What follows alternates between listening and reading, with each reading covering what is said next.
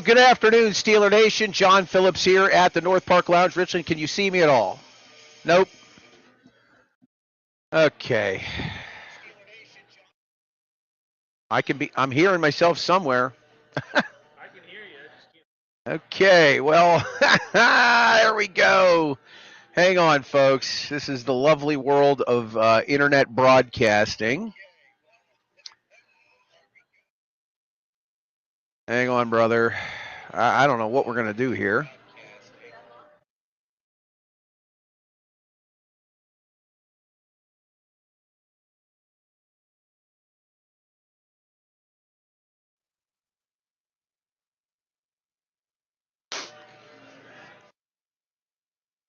Yeah, okay. Let's so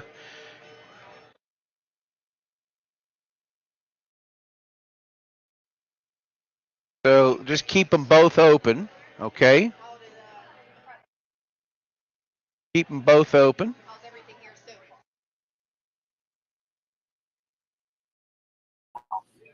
Home malt vinegar, yes. How's that working? Okay. Remember, folks, I'm smarter than the internet. Good afternoon. It's not quite 5:03 p.m., but we are on the air. This is Steel City Sunday, broadcasting live from the North Park Lounge, Richland, and the Hilltop Event Center. We are facing a few technical difficulties, but we're through them already. And we're going to bring you 3 hours of Steelers pregame coverage with a giant show plan. First half hour is going to be basically me and Bill Akins. You know Bill, our executive producer. Bring yourself in here, Mr. Akins. How you doing this afternoon? I'm good, John. How are you? You know. Doing all right. We're getting by. We're having a little technical difficulties, but hey, it is what it is. Did you hear that I was in Green Bay all week? I did. You may have seen some of it online. So I spent the entire week in Green Bay. And never had been to Wisconsin, never had been to Green Bay, obviously. Flew in Tuesday morning, went to a client's office real quick. Then I ran over to Lambeau Field and the Don Hudson Center and Ray Nitschke Field, the practice facility behind that. Great time. Great little city. Tiny. No skyscraper. Oh, I know. Not a single building over 8 stories tall. And there was only a handful of those. I said it's like if you had Acrisure in the middle of Monroeville. That's what Green Bay's like. So, starting in 2003, they went through this major renovation at Lambeau, and over the 20 years, they just kept adding stuff. What a fantastic facility! Giant merch place, atrium, restaurant, all kinds of tours that are being done. They actually offer 3 different types of tours. They have a Hall of Fame, which is massive. Just a great week. And a successful business trip. I don't want to forget about that. That's why I was really there. My owners certainly enjoyed my TikToks. But as it is, we had a good time. And now we're triple screened for some reason. But hey, I'll. How's that? Is that any better? Okay. So a great week in Green Bay. And, I'm going to tell you right now, the mood of the city all week, and believe me, I let them know in the evening time when I was out and about where I was from. And they're excited about the start of their team. They're currently 4-1-1.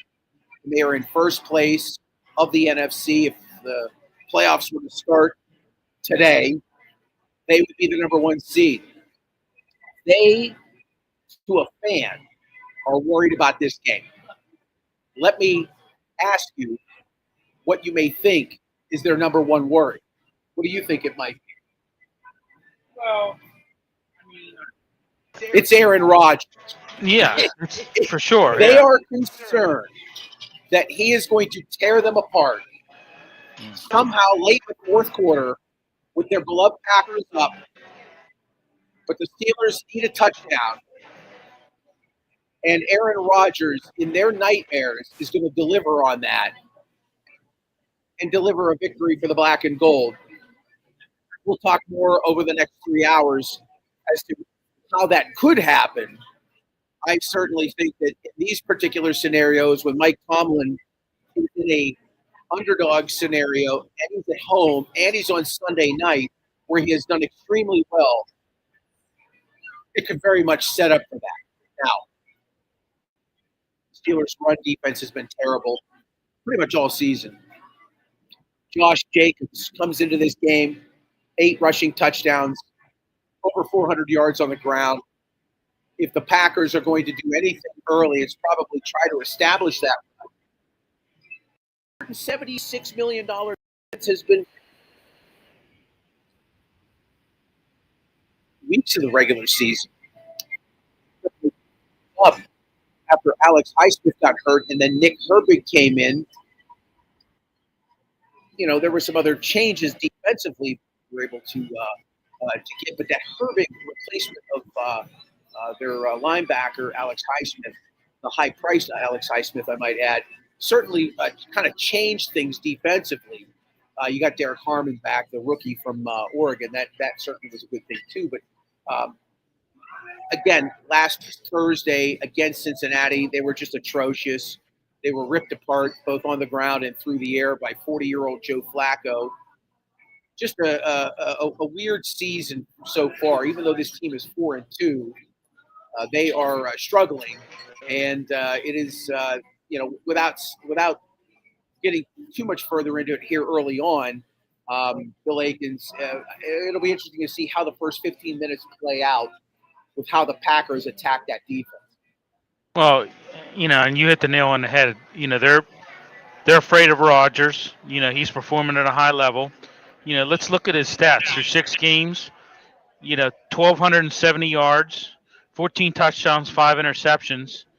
Had, hey, the defense is what, played bad that last game in Cincinnati.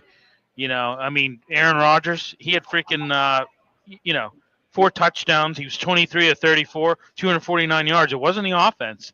It was definitely the defense. They were, porous once again. They gotta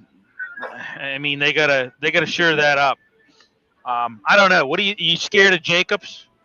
Yeah, of course really? I mean, look how bad we have been against the run all season. Well, yeah, I'd be scared of Jacobs too. How do you last week? The Cincinnati Bengals averaging 57 yards a game rushing, and they put up 142 on you. So yeah, of course you're going to be a little bit scared of what Jacobs brings to the table. I don't know. Let's see. Jordan Love. I think he's doing pretty good. He's got a 10-2 touchdown to interception ratio. I tell you what, though, he takes chances down the field, and that may come back to haunt him. As the season progresses. I remember that that Detroit game. He got lucky a couple of those throws downfield. There were some. He made some pretty crazy throws downfield that I'm not sure I would have done.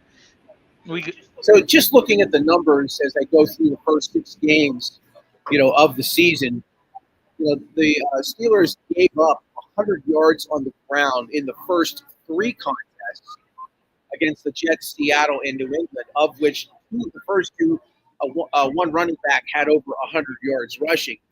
Then you go to the game in Ireland, where they take on the Minnesota Vikings. And outside of that early field goal for Minnesota, the Steelers were pretty much ahead the entire way.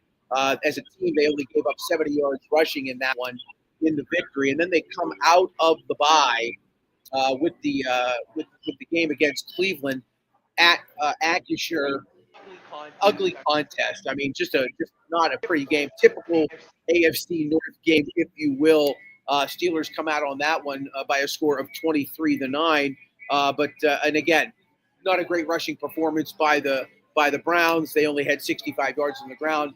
And then last week, an absolute disastrous effort in that contest against the Cincinnati Bengals, where they just got ripped apart, not just by Chase Brown, we'll talk a little bit more about Terrell Austin and some of his comments from earlier this week. I do want to get to the schedule for you today here in just a few moments, folks. I want to let you know who's going to be on the show today. I think that's certainly important. We'll get to that here in a moment. But you come back against the Bengals and you give up 142 yards on the ground.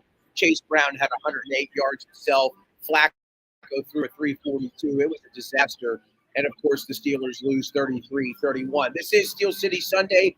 We are broadcasting live on X, on YouTube, and on Facebook. We wanted to go live on TikTok, but for whatever reason, they don't stream on StreamYard. They say they do, but they really don't. That's a whole other story. Instagram is still a bit of an enigma, but that's okay. We're still having a good time with people watching us on various platforms. So let's get to our lineup today. I think it's important that we tell you who's going to be on the show because guests certainly drive things here. We want you to check out who we have coming on to talk about the teams, the game itself. And so we'll start our guests rotation at 5:30 today. We start at 5:30. Our first guest of the afternoon is going to be Todd Haley, former Steelers offensive coordinator and head coach of the Kansas City Chiefs. Todd Haley will join us at 5:30. Then we've got at 5:45 p.m. Scott Farrell, radio icon, sports radio icon, been in the business 40 years, graduate of Mount Lebanon High School, covered Bobby Knight when he was in school at Indiana University in Bloomington. Scott Farrell has a new venture, Scott and the Prophet, on profitable.tv. We'll talk a little bit about what he's up to, and we'll get to that at 5:45 p.m., something to look forward to. I haven't talked to Scott in a while live. He's always a gas man. The guy has something to say about everything, and we're excited to be able to have him on. At 6 o'clock, Behind Enemy Lines, where we feature media from the opposite team that the Steelers are playing. Cam Azier is going to be on the air with us. Cam is a TV anchor. He covers the Green Bay Packers for WFRB TV Channel 5 in Green Bay. Cam is there. Joins us at 6 o'clock for Behind Enemy Lines. At 6:15 p.m., we do our NFL Whip Around with our NFL insider from Sirius XM's NFL Radio, Zig Fracassi. We'll have him at 6:15 p.m. And at 6:30, it's Steeler Nation Spotlight. Our friends at SteelerNation.com, lead writer Anthony Halkeas.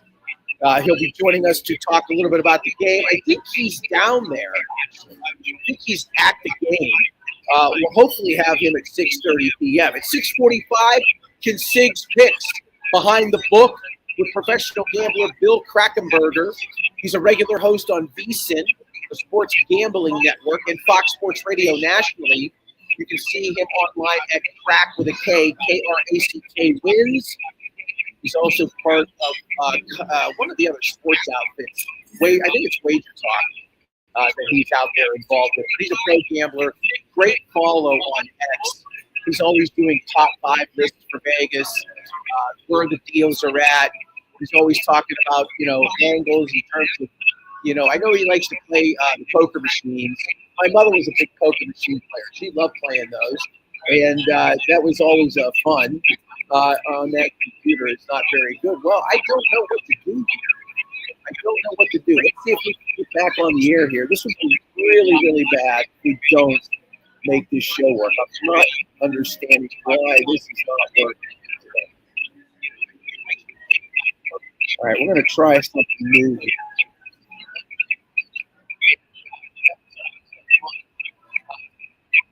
That working? Can you hear me on that one? We got everything now. Now we're up and running. There you go. All right. Sometimes you just got to try until you do. All right. Everything's good now, Bill. All right. Bill's giving me a thumbs up. Okay. There you go. All right. Tracy Sirocco, Tracy Sirocco checking in via Facebook. Steelers defense must commit to doing the run and run the ball, run the ball, run the ball. Turnover differential must be in the Pittsburgh Steelers' favor. Disciplined offense, rhythm, and ball control. Tracy, thank you. Good insight. You can check us out on the various channels where we're broadcasting and leave us messages, whether it's on YouTube, X, and Facebook. We'll get your messages and get you on the air. Tracy, thank you for doing that for us, or at least checking in and giving us your 2 cents on the matter. I would like to see the Steelers establish some tempo running the football. I don't know. Jaylen Warren has been a concern for me all season. Look, he played great against a horrible defense. Look what the Jets did to Cincinnati today. They came back and won 39-38. They had a decent day, and especially in that second half, they came back and scored, I think it was 26 second-half points. And a lot of those, I think almost all of them came in the fourth quarter. If they weren't all of them, I'm actually trying to go in here and check this right now just because I know that there was really hardly any scoring in that third quarter. The Jets had 23 fourth-quarter points today against that horrible Bengals defense, and they came back and won. So, look, Jaylen Warren, will he have another day like he did last week? I don't know. I think Aaron Rodgers is going to be called upon a little bit more today. I think the Packers have every opportunity here to just run the ball against our defense, cause all kinds of problems. And if that's the case, it could be a long night. But I think this is going to be where Aaron Rodgers maybe, he's had steady games all through the course of the first 6 weeks of the season. I don't know if he's going to have a 300-yard game today, but he might need one, Bill. That's just me.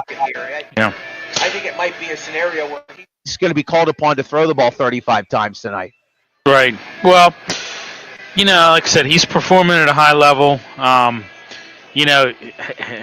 He performed well against his ex-team in the Jets in the opening game of the season. So, there's an emotional factor definitely to this game for sure. Is this kind of another revenge game in your mind, John? I mean, yes. Yeah. Well, in the sense that, look, he's 3 years removed from the Packers, right? And I think that, I think Green Bay wanted to move on from him, but I think he was understanding of that and found himself a home. And then 3-4 plays into his new home, he tore his Achilles. He lost an entire season. I'll never forget walking into a restaurant in Savannah, Georgia, and I was like, "Hey, where's Aaron Rodgers at?" He was there laying on the ground. Mm-hmm. Walked right in as it was happening. It was obviously a horrific injury. Ended his season. Last year was horrible, 5-12. But he fought his way through it, and he had statistically wasn't a bad season for him. I think it was 24 touchdowns and either 6 or 8 interceptions, but he was on a horrible team. Right. Just a dreadful football team. Well, how about on the other side? Jordan Love? He was Rodgers' understudy for a few years. You don't think that there's an emotional factor and for him? Definitely. For sure. I don't doubt that at all. I think but. Well, look, I think the Packers have obviously they've moved on. Jordan Love has taken them to the playoffs the last 2 seasons. He's won playoff games on top of all of that. What I'm saying is that if you look at these fans, right, these fans in Green Bay, and I'm just telling you from the experience I had this past week, they are very scared. They are scared of their former legendary quarterback. They know that he is capable of beating them if he's down 3 or 4 points and he's got the ball with 2 minutes to go. They know he's capable of leading a comeback. And there are going to be plenty of Packer fans here tonight. I flew in from Green Bay with a number of them and, spending time with some people during the week. But on the flights back, they were just concerned. They are concerned that if he's close and has a chance late, he can deliver a win. All right, so let's continue on with our schedule. I talked a little bit about, Bill Krakenberger coming on at 6:45. At 7 o'clock, it'll be Paul Zeiss. 7:15, Mike Ostie. And then at 7:30, Jerry DePaula. And then at 7:45, we're going to bring back Jick Jack Johnson. What are we calling him again? What did you say? Saint Jick Jack. Saint Jick Jack. Canonize him now. Move over, Mother Teresa. He had Miami early. He had the Giants early. And he had the Jets early. And he was certain if Cam Scatterboo, I don't know if you saw the injury or not, but it's terrible. His season's done. If Scatterboo stays in there and is healthy, maybe the Giants have a chance. But those were his 3 plays early, which were the book needs, public versus sharp money, which he likes. He likes the P versus S's, as he likes to talk about. We'll have Jick Jack on at 7:45 for about 10 minutes to talk about the Sunday night game. Okay, that's our lineup. We'll start getting some guests in here in about 6 or 8 minutes with that first guest, as I had mentioned, being at 5:30, Todd Haley. So Todd will be in here in just a few minutes. We'll talk with the former head coach of the Kansas City Chiefs and Steelers offensive coordinator. We'll get his thoughts on the action today in the NFL. He does not tweet a lot. He was tweeting about the tush push again. Apparently, the Eagles ran another tush push where they were clearly moving before the play, and they were allowed to get away with it yet again. Yeah. I don't know how the NFL keeps missing this. Yeah, I mean they refuse to call for false starts on them for some reason. I don't understand it. Because they're doing it practically every time. Every time they run the tush push, the Eagles, that is, they're false starting. So do you know who does not run an illegal formation on a tush push? The fine folks at Arch Masonry and Restoration. This portion of our show brought to us by Arch Masonry and Restoration. They are hiring here in Pittsburgh. They're looking for craftsmen with experience in brick masonry and block work, concrete finishers, construction labor help. And if you don't have experience, that's no problem. You can learn on the job, and they have advancement programs and classes that can jumpstart your career in the building trades. You can call 412-564-5733 or visit archmasonryinc.com to learn more. I'll actually be going out there to see those good folks tomorrow. Got a little meeting with them as we get plans for 2026 straight ahead. As you know, folks, I'm a construction magnate and a crypto millionaire. So my time is more like, leisurely, but occasionally I squeeze some work in. And then I do this show. Oh, and I write for the Tribune Review. Forgot about that one as well. Bill and I were at the soccer game last night. The Pittsburgh Riverhounds, a tie gets them into 4th place of the playoffs in a home game on Saturday, which is nice. We don't have to travel anywhere. In just a few minutes, we will have Todd Haley, and we will do Haley's Huddle. I guess as I'm looking at the board right now, I'll give you some scores. Let's run down the 1 o'clock games for you and then tell you what's going on in the afternoon contests that are at 4 o'clock right now, as those games are either in the second quarter or are approaching halftime.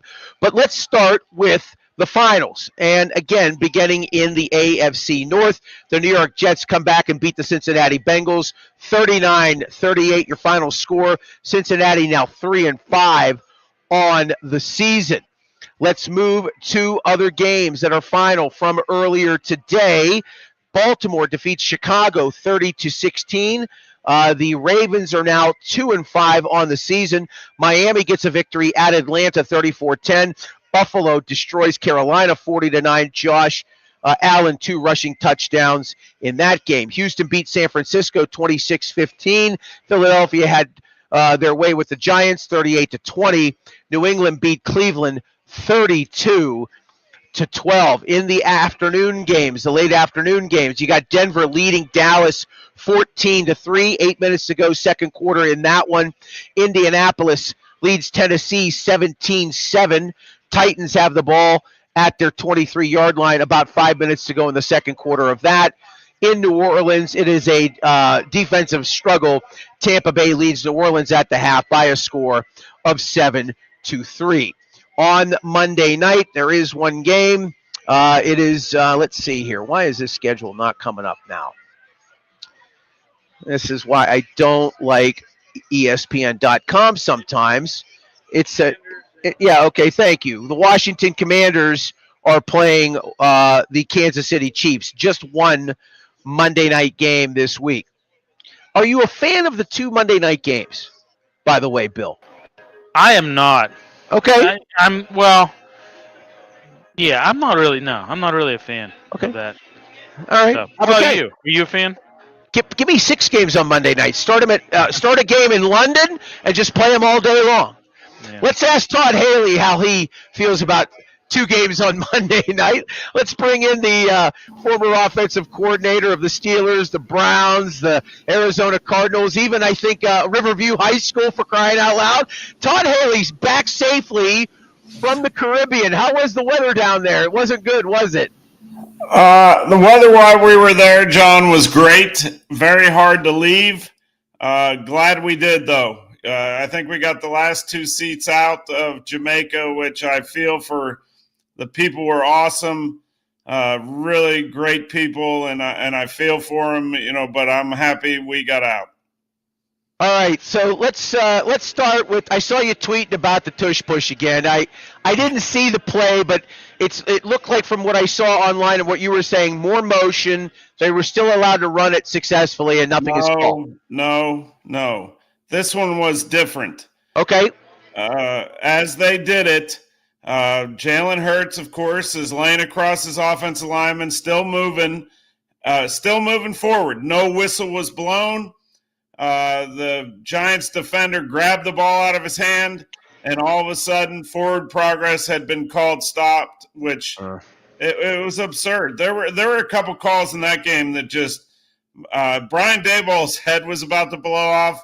Mine was the top of my skull came off a couple times during that game. Given what's happened recently with the NBA and the Chauncey Billups scandal and the players and just look, I mean, you had the Shohei Ohtani thing last year. You've got players in all these leagues in the NBA, NFL. They're making these bad choices. They're getting involved in these rings, if you will, player props being the big one.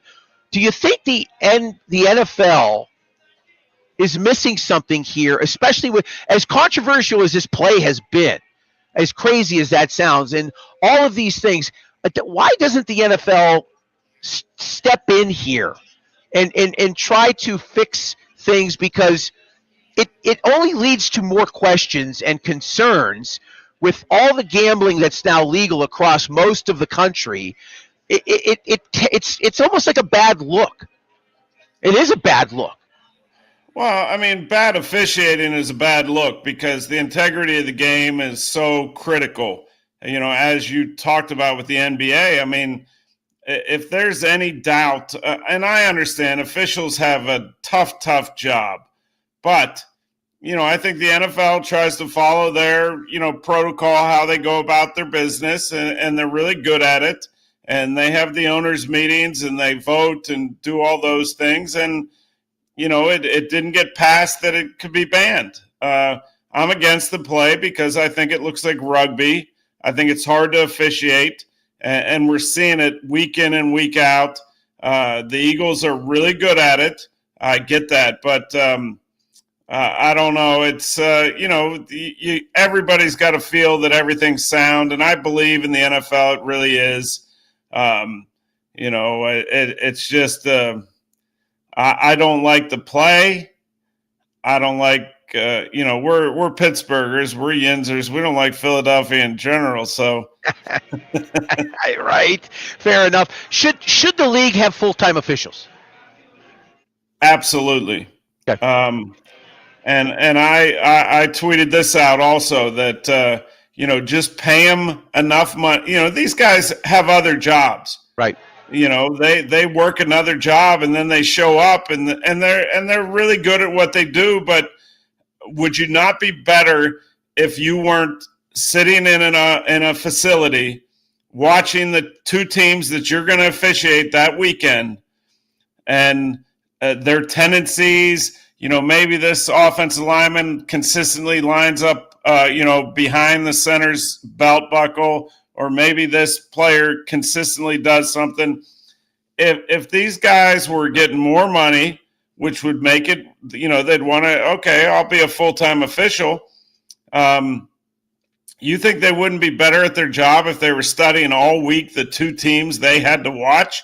I mean, I just think, as much money as the NFL is making, pay them as much as you have to.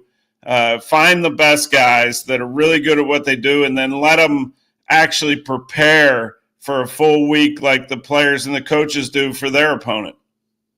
Talking to Todd Haley. This is Haley's Huddle here on Steel City Sunday as we prepare for Steelers and Green Bay Packers. Coach, I guess the thing that we look at today is obviously Josh Jacobs comes into this contest having a pretty decent season so far. Certainly on pace for more than 1,000 yards. Good Lord, he's on pace for maybe close to 20 rushing touchdowns. He's already got 8. Given the struggles they've had with the run defense, and obviously everybody's talked about how expensive the defense is and all the hype preseason. If you're the Packers, are you feeding Josh Jacobs early and often? Yeah, I mean, but I would also, if I'm the Steelers, I would think, I heard Cam Hayward talk, I heard TJ Watt talk. I mean, they're a prideful group that is embarrassed about, what they allowed a Bengals team that could not run the football to save their lives leading into last week's game. I know what it sounded like in those meetings and locker room and on the practice field. The Steelers are saying, we are not going to let the run game beat us. I mean, that is a Steelers staple. And right now, I think I said it last week, the numbers are a little out of whack. They have to start shutting down the run. I mean, when I was there, if we allowed 100 yards on the ground, I mean, it was like a disaster.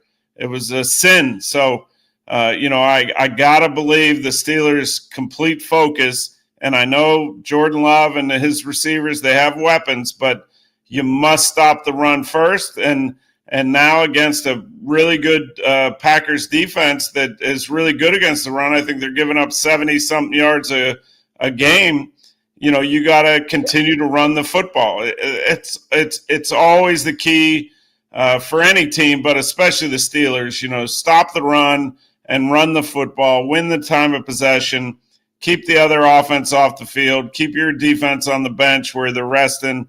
That's got to happen tonight. But I believe the Steelers are a very prideful group, and I'm sure Cam Hayward's voice was very loud throughout the building, throughout the week, and they understand what a big game this is for them. How much of Kenneth Gainwell would you like to see from today running the football? I mean, Jalen's got 311 yards so far. Gainwell at 190. At both of them averaging just over 4 yards a touch. Gainwell has been a pleasant surprise. A nice pickup by Omar Khan in the offseason. What about him getting a few more totes running the football today? Yeah, no, I really like Kenneth Gainwell. I really do. He's a little more dynamic in different ways. I think it's a great combination between him and Jaylen Warren. But for it to be a combination, you got to mix them up. I've been saying it all year. I love Jaylen Warren. I really do. But do I think he's a every down back, in the form of Le'Veon Bell or somebody like that? No, but that doesn't mean, I'm disrespecting him. But Kenneth Gainwell is kind of dynamic. I think, if he gets the right crease, he's got a chance to make a huge play. So I'd be mixing it up a little more than I saw last week anyway. Talking to Todd Haley here on Haley's Huddle. This is Steel City Sunday, live from the North Park Lounge, Richland, and the Hilltop Events Center. I mean, the big story, obviously, Aaron Rodgers playing against his old team. I was in Green Bay for most of the week. They're scared. They're scared, no question about it. If it's a one-score possession, 2 minutes to go, and he's got the football, that's all they've been talking about this week up there. He just continues to do the little things. He continues to be essentially this team's MVP and just shocking people, with how well he's played. I mean, I think it's maybe what happened in New York was a little bit of it was a little skewed. Obviously, not a good football team, and they had the injury 5 plays into his first season in New York. What do you think about Aaron Rodgers tonight? How important is it to him to win this game? It'll never be said, and he's too smart to say it. But it's a unique thing within the NFL. Having coached with a bunch of different teams, players that play for different teams. It's a real thing, and not that you're going to give any more effort than you do week in and week out, because every game is so important. But you want to see those last seconds tick off, and hopefully you're in victory formation and kneeling on it. It's a big thing once it's done.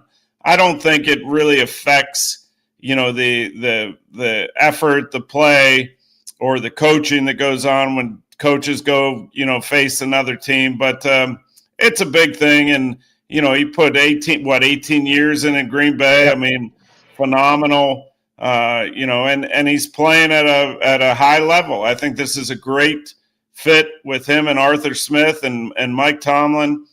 But make no mistake, I don't think there's anything about Aaron Rodgers that, if he's able to lead the Steelers to victory and be part of it, that he's not going to be really a little extra excited.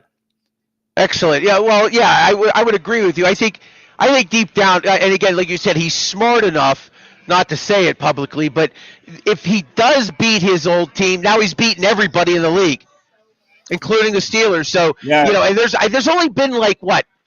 And Peyton Manning, I think. I think you're right. And what about Brady? I think Brady's beaten everyone.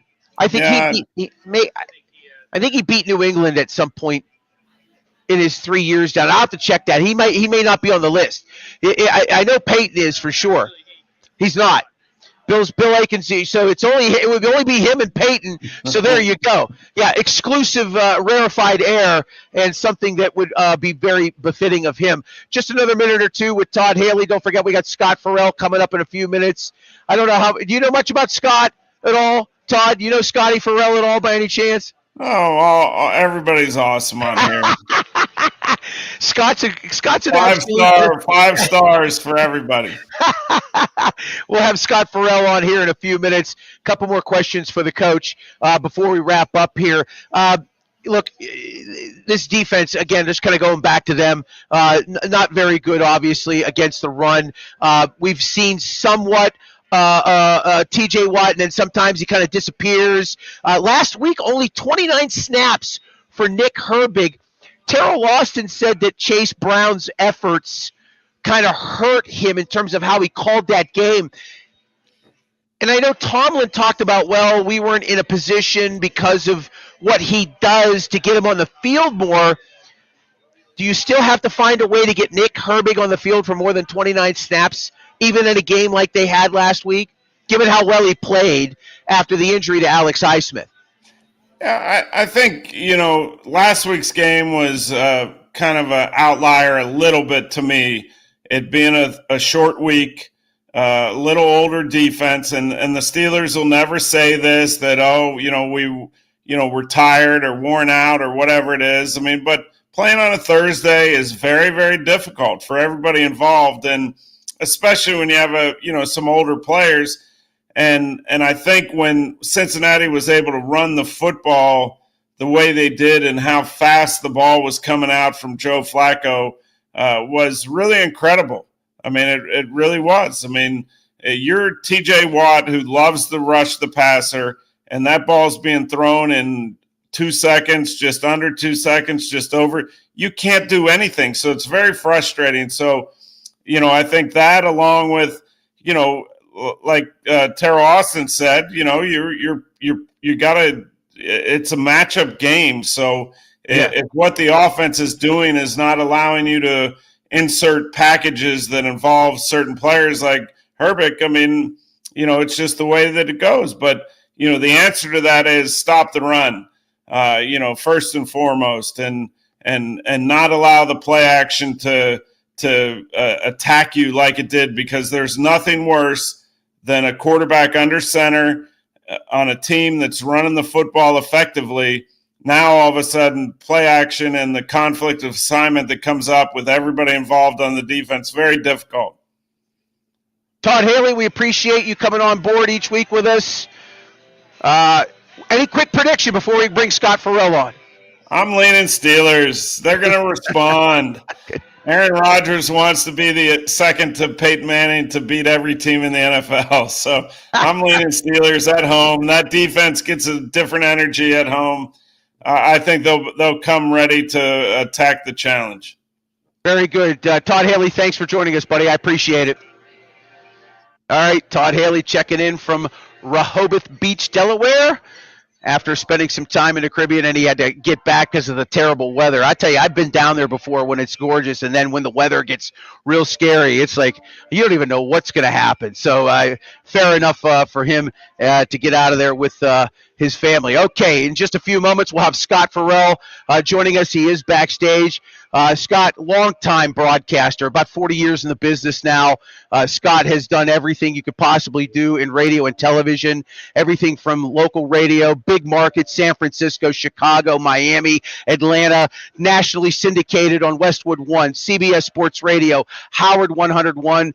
He did Sports Grid TV, and now he's got a new venture, Farrell and the Prophet, Profitable.tv, Mount Lebanon's own, Indiana University, born, raised and bred, I guess, if you will, in college, and now joining us on Steel City Sunday, the man himself. I haven't talked to him in quite some time, Mr. Scott Farrell. Scotty, how you doing, buddy? JP, what's up, buddy? Good to see you. How's 34 seeing the kids? They're all grown up. The kids are all grown up now, right? Yeah, I got a junior at San Diego State Gunner, and I got a daughter going to college. In the fall, she's a senior. She's a basketball star here in New York City. That's awesome. Scott, let's talk about your new your venture with The Prophet. I know you guys are doing daily content on there. Of course, you can find Scott on X as well. There's the logo, Farrell and The Prophet. That's profitable.tv, I should say. Talk about the new venture, if you will. I know you're not at Sports Grid right now, but you're doing something new and something different. You're always trying to cut the edge, man. It's cool. I've been doing the pick service I've had for 20 years. People know I make them a lot of money. I'm good at betting. It's as simple as that. I mean, the difference is that, we're, transparent on when it was FarrellOnEvents.com or even now at Profitable.tv. Everyone knows what we do. They see what we do. They see the picks. They see the shows. There's no BS. There's no lying. I worked with a lot of people over the years that never lose a bet ever. I lost a bet today. How about the 41 on the Niners? It landed at 41. I had 41 and a hook, the over. No one scored in the fourth quarter. So I lose bets, but we hit so many bets, make your head spin. So we do a podcast 3 days a week. It's available everywhere, and it's on the SiriusXM app as well. You search Farrell. And then the pick service goes with it. It's 7 days a week. I do a thing called Farrell Unplugged, which is like a daily sportscast and setting the table for all the games and the spreads and what time they start, what channels they're on. And all of it's uncensored. So the show I do with the Prophet, Mickey Faust, is really funny, and it's really dirty and heinous and awful, and everyone loves it. Absolutely great. That's the great thing about you. You've never changed in the 30 plus years that I've known you, and I think that's one of the things that people like about you, and that's the genuineness of who you really are. You've never ever tried to hide anything. It's just all there in your face. Right. That's the great thing about it. Show's better, dirty. When I was on the Stern Channel's Howard 101, that was the best show I ever did. I think the shows at CBS were really good. They were just kind of soft, I thought. There were rules and such. As you know, I don't follow rules very well, John. So I thought the shows that I did on TV and radio that were, rules and I had to follow the way they do it and everything else. I always thought that those shows were good, but they were never as good as the one where I got to be me. When I was on Howard 101, I got to be completely, heinous, awful, dirty, filthy, disgusting, repulsive. I was a pig, and it was so funny. The show was so kick-ass, and everyone loved it. Everyone did it. Millions of people listened to it, and it was my favorite thing. I've been on Sirius now for 24 straight years, and they picked up my podcast because they know how good it is without, restrictions. And I'll tell you one thing, I go to all the Steeler games. I live in New York City, but I have season tickets. As you know, I should be there tonight, but I'm not. The reason I'm not there is because I went to the Browns game. They won. Then I got stuck there till Tuesday partying because my flight got canceled because we had a nor'easter in New York City. And then Thursday they played the Bengals. If I would have gone back on Sunday after I had just been there and blown $5,000 partying, my wife, 34C, would have left me and ended up like having sex with my best friend.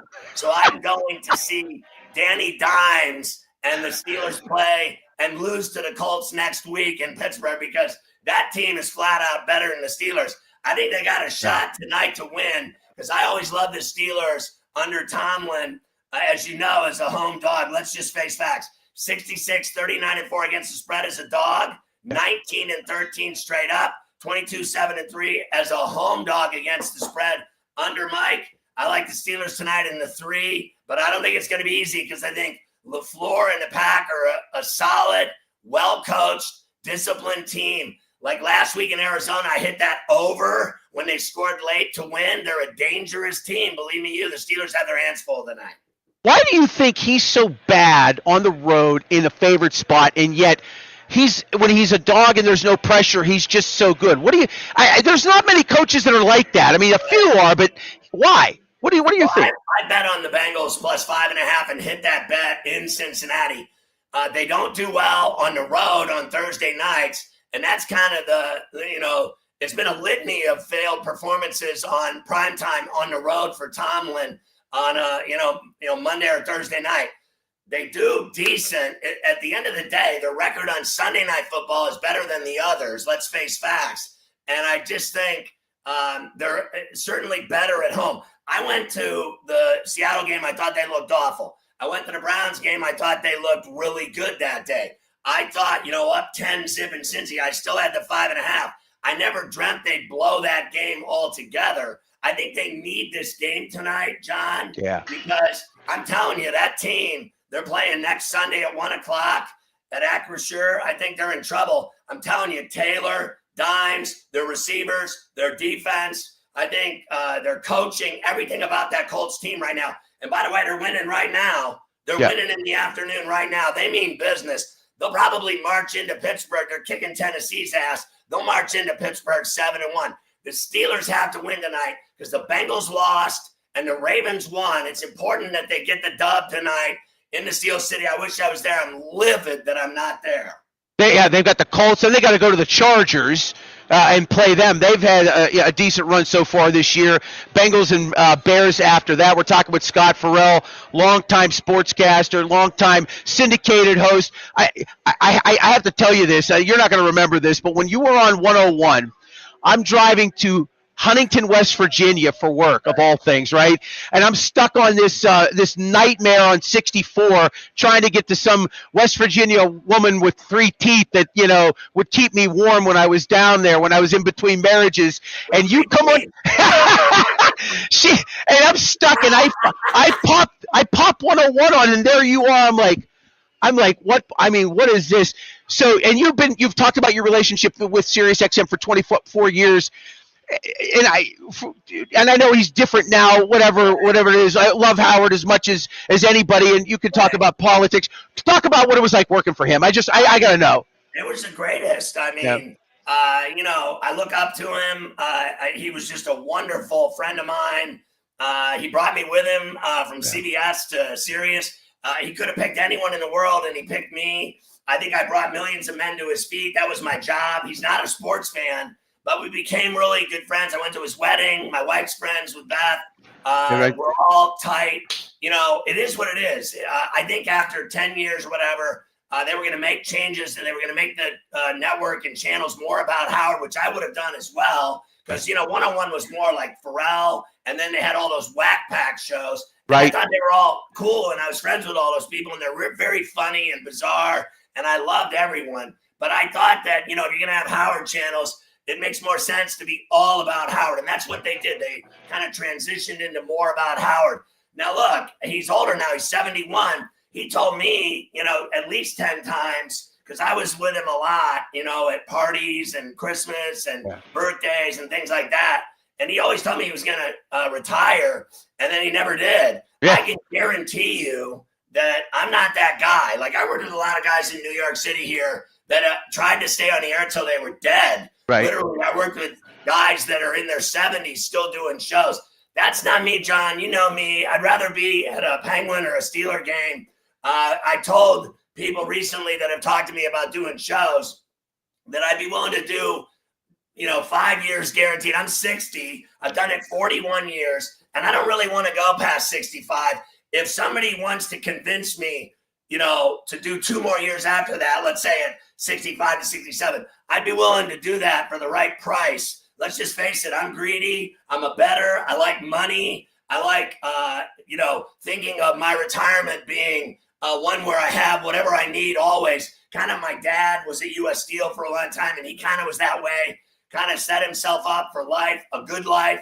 That's what I've done my whole career, is try to take care of my family, my kids. I pay for their college. I did all that, and I have a retirement stuff. I'm not interested in being on the air when I'm 70, 75 years old. That's not me. I'd rather be drunk at a Steeler game or at a Penguin game. Watching them win championships is what I like. I've done shows for so long. Nobody cares about me anymore. I know I'm getting old, but I still ball 6 days a week. I play with NBA and D1 basketball players that are fantastic. They're all retired, but they still have mad game. And I still ball. I work out. I do all these things to enjoy life. I'm not really I got to do shows until I'm effing 80 years old. Yeah. That's not me. Like Howard's still doing shows. He just got a new deal. Everyone thought he was getting let go or not signing or it was over. And they were all wrong. I don't guess who's going to stay and go and last and be on till they're, 100 years old. I know this. It won't be me. Yeah, I tell you, and look, here in Pittsburgh, Myron Cope worked till he was dead. Stan Savran a few years ago, he literally worked until he was in the hospital and passed away. It's crazy, yeah, and I did too. But look, I'm doing this venture just because of I wanted some sort of voice again inside the industry, and in this day and age, but I know I won't do this for 15, 20 years until I die. This is real simple. I don't believe, and I've always said this, like they have these guys doing broadcasts in their 70s and 80s. And I'm just like, I don't believe the younger generation, and I mean this, like the audience, the people that watch sports, I truly don't believe they want some 75, 80-year-old dude calling their games. And I don't want to be that guy where they're like, because I worked at CBS Sports for 20-some years, right? Right. And they had an old man working there, and I was great friends with him. I loved him. We were this close. But when he was in the studio doing shows, everyone in the newsroom was talking bad about him, about when is this guy going to go away? I wish he'd die already and all stuff. And what I learned from that was I don't want that to be me, where like I've already been kick-ass. My whole career has been national. I think I've done a killer job. Syndicated most of my entire career. Right. I've been fired 20 times. I don't care. Everyone in TV and radio gets fired. If you haven't been fired 10 or 15 times, you're nobody. You're nobody. Yeah, right. I tell young kids all the time, don't get into this business. There's no money for you. Yeah. It's changed dramatically. I used to make a ton of money. And then nowadays in radio and TV, you start out, you're some young kid at 23, 24 coming out of college. I guarantee you'll be 40 before you make any money ever. So it's a waste of time. I love kids that love journalism and broadcasting and want to do it, but you had better be a star or you're not going to make any money.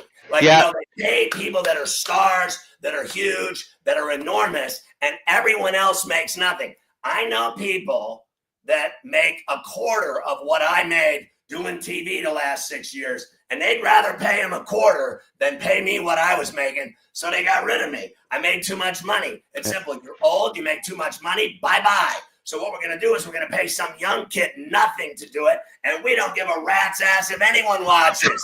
They don't care about ratings. They don't care about anything. What they care about, here's your lesson today, sports fans, is budgets. They have budgets they have to follow. Yep. They cannot spend money on talent because the talent doesn't matter to them. They want to sell ads, sell spots, and make money. And the best way to make money is no overhead and pay nobody. Pay young kids nothing, have them do it even if they suck. And I'm right. You're always right. You're always right. Quick prediction on the game today. I love it. That's very nice. Where'd you get that at? That's sweet. Well, listen, all of my stuff in my studio here in New York City, literally everything. I got a Lemieux signed. I got a Howard Stern signed. I got a Mazeroski signed. I got the Stanley Cup from the Penguins 5 Stanley Cups. Everything in here except the Marlins World Series trophy pictures and the Wall Street Journal. Everything in here. I got a Roberto Clemente. Everything. I got a terrible towel. Everything in here is about Pittsburgh. I am a Pittsburgh diehard, hardcore lifer. And I go to the games and I mind my business. I don't talk really because if I open my mouth, people start yelling, Pharrell and all this stuff. I'm a normal dude. I don't like to create a lot of attention for myself at all. I'm just a normal dude. I go with my buddy. He's a drunk. I'm a drunk. We go to the games. We pound warm beer and we root for the Steelers. I go to Penguin games and people make me all the time at these games and I'm very nice to them. I'm cool, but I don't really want to get involved in talking about me or talking about my career or I'm okay with you because I love you. But I don't go to games to the Steeler game to talk about my radio career. Honestly, can I just get a Steeler beer buzz going and watch the Steelers? I mean, come on, for Christ's sake. Steelers or Packers? Who you got tonight? Steelers with the points. Let's go. Scotty, I love you. I love you. I love you. You are the best. I can't thank you enough, my friend. I love you, John. Good to see you, buddy. Congrats on all your success. I'm always pulling for you. Thank you, Scott. Scott Farrell. Man, I can't even begin to tell you how amazing this guy is. When I first heard him, I was a college student. He was on 1410 KQV. And then a couple years later, I go to Las Vegas, and he's on KMBR 68 in San Francisco. And then all of a sudden, I'm back in Pittsburgh doing evenings, and he's on Westwood 1. And we've been just kismet since then. He's such a great guy. Scott Farrell. Love him to death. Thank God he puts up with my nonsense. Speaking of putting up with my nonsense, I was in Green Bay this week. And I'm going to just tell you, great city. Had a great time there. And I got a chance to connect with some folks at the All Sports station. Couldn't get anybody on there, but they were like, hey, we've got this guy, Cam Eazer. He's at WFRV TV Channel 5 in Green Bay. Let's get you connected with him. And Cam's like, I'll do your show. No problem. So Cam Eazer is joining us now. Live, I believe. I think he's in Green Bay. I'm not sure if he's in Green Bay or Pittsburgh. Let's get Cam on the show. Cam Eazer from WFRV TV5 in Green Bay. I think he's in. Is he in the pregame? He says he's on. Okay, excellent. We're going to bring Cam on here. Cam, there he is. How you doing, buddy? My man. Let's see if Cam is. John? Yes, I can, my friend. How you doing, Cam? I can't hear you. Uh-oh. Let's see here. Let's see. I've got volume. I know Scott could hear me. Let's see. Looks like you're in Green Bay in one of the studios there. Can you hear me now, Cam? Yeah, I can't hear you. Oh, you can't. It's the enemy lines. It's the connection. It's terrible. We've had problems today. I don't know what the issue is. We've been using StreamYard. Yeah, we can hear you great. You just can't hear us. Oh, geez. This is the sad part of when we use technology, and StreamYard's been great, but for whatever reason today, we're just having problems. Scott was good. Todd Haley was good. Now you're having problems. Can you hear me at all, sir? I don't know if Cam. I'm not hearing anything. Jeez. This is terrible. I'm sorry. It's not your fault. We can hear you for sure. Let's see if we can get him hooked up now. I'm going to send him let's see. I'll tell you what. Hold on. Log out. We're going to, and try again. We'll see if we get him to log out and try again. Okay, good. Yeah, maybe let's see if he comes back on. If he doesn't, let me know. Jerry DePaul is also available, but we'll tell him live internet television. What can I say? What's that? It's on his side. Okay, well, that's okay. Cam, if we can get you back on, great. If not, that's okay. We tried. Like, I'm just glad the thing went well with Scott and Todd, obviously, but Scotty's the freaking best. He really is.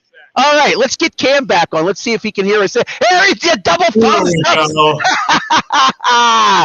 Cam Ezer of Channel 5 News over there in Green Bay. Is it WFRTV? Let me see here. Hold on here. I got it right here. It is WFRV TV Channel 5. How you doing, Cam? I'm doing well. How are you? Thanks for sticking along. I just switched rooms. Listen, anything for you Syracuse alum, for crying out loud. We got to beat you off with a stick. I got Andrew Filipponi to put up with here in Pittsburgh, for crying out loud, 15 years. I love Andrew. He's the best. So let's first off, how do you like the gig in Green Bay? You've been there for a couple years now, right? Yeah, 2.5 years. I'm loving it here. You get to cover a professional team. You get the small town feel. I think it's everything that anyone would want, so I'm enjoying it.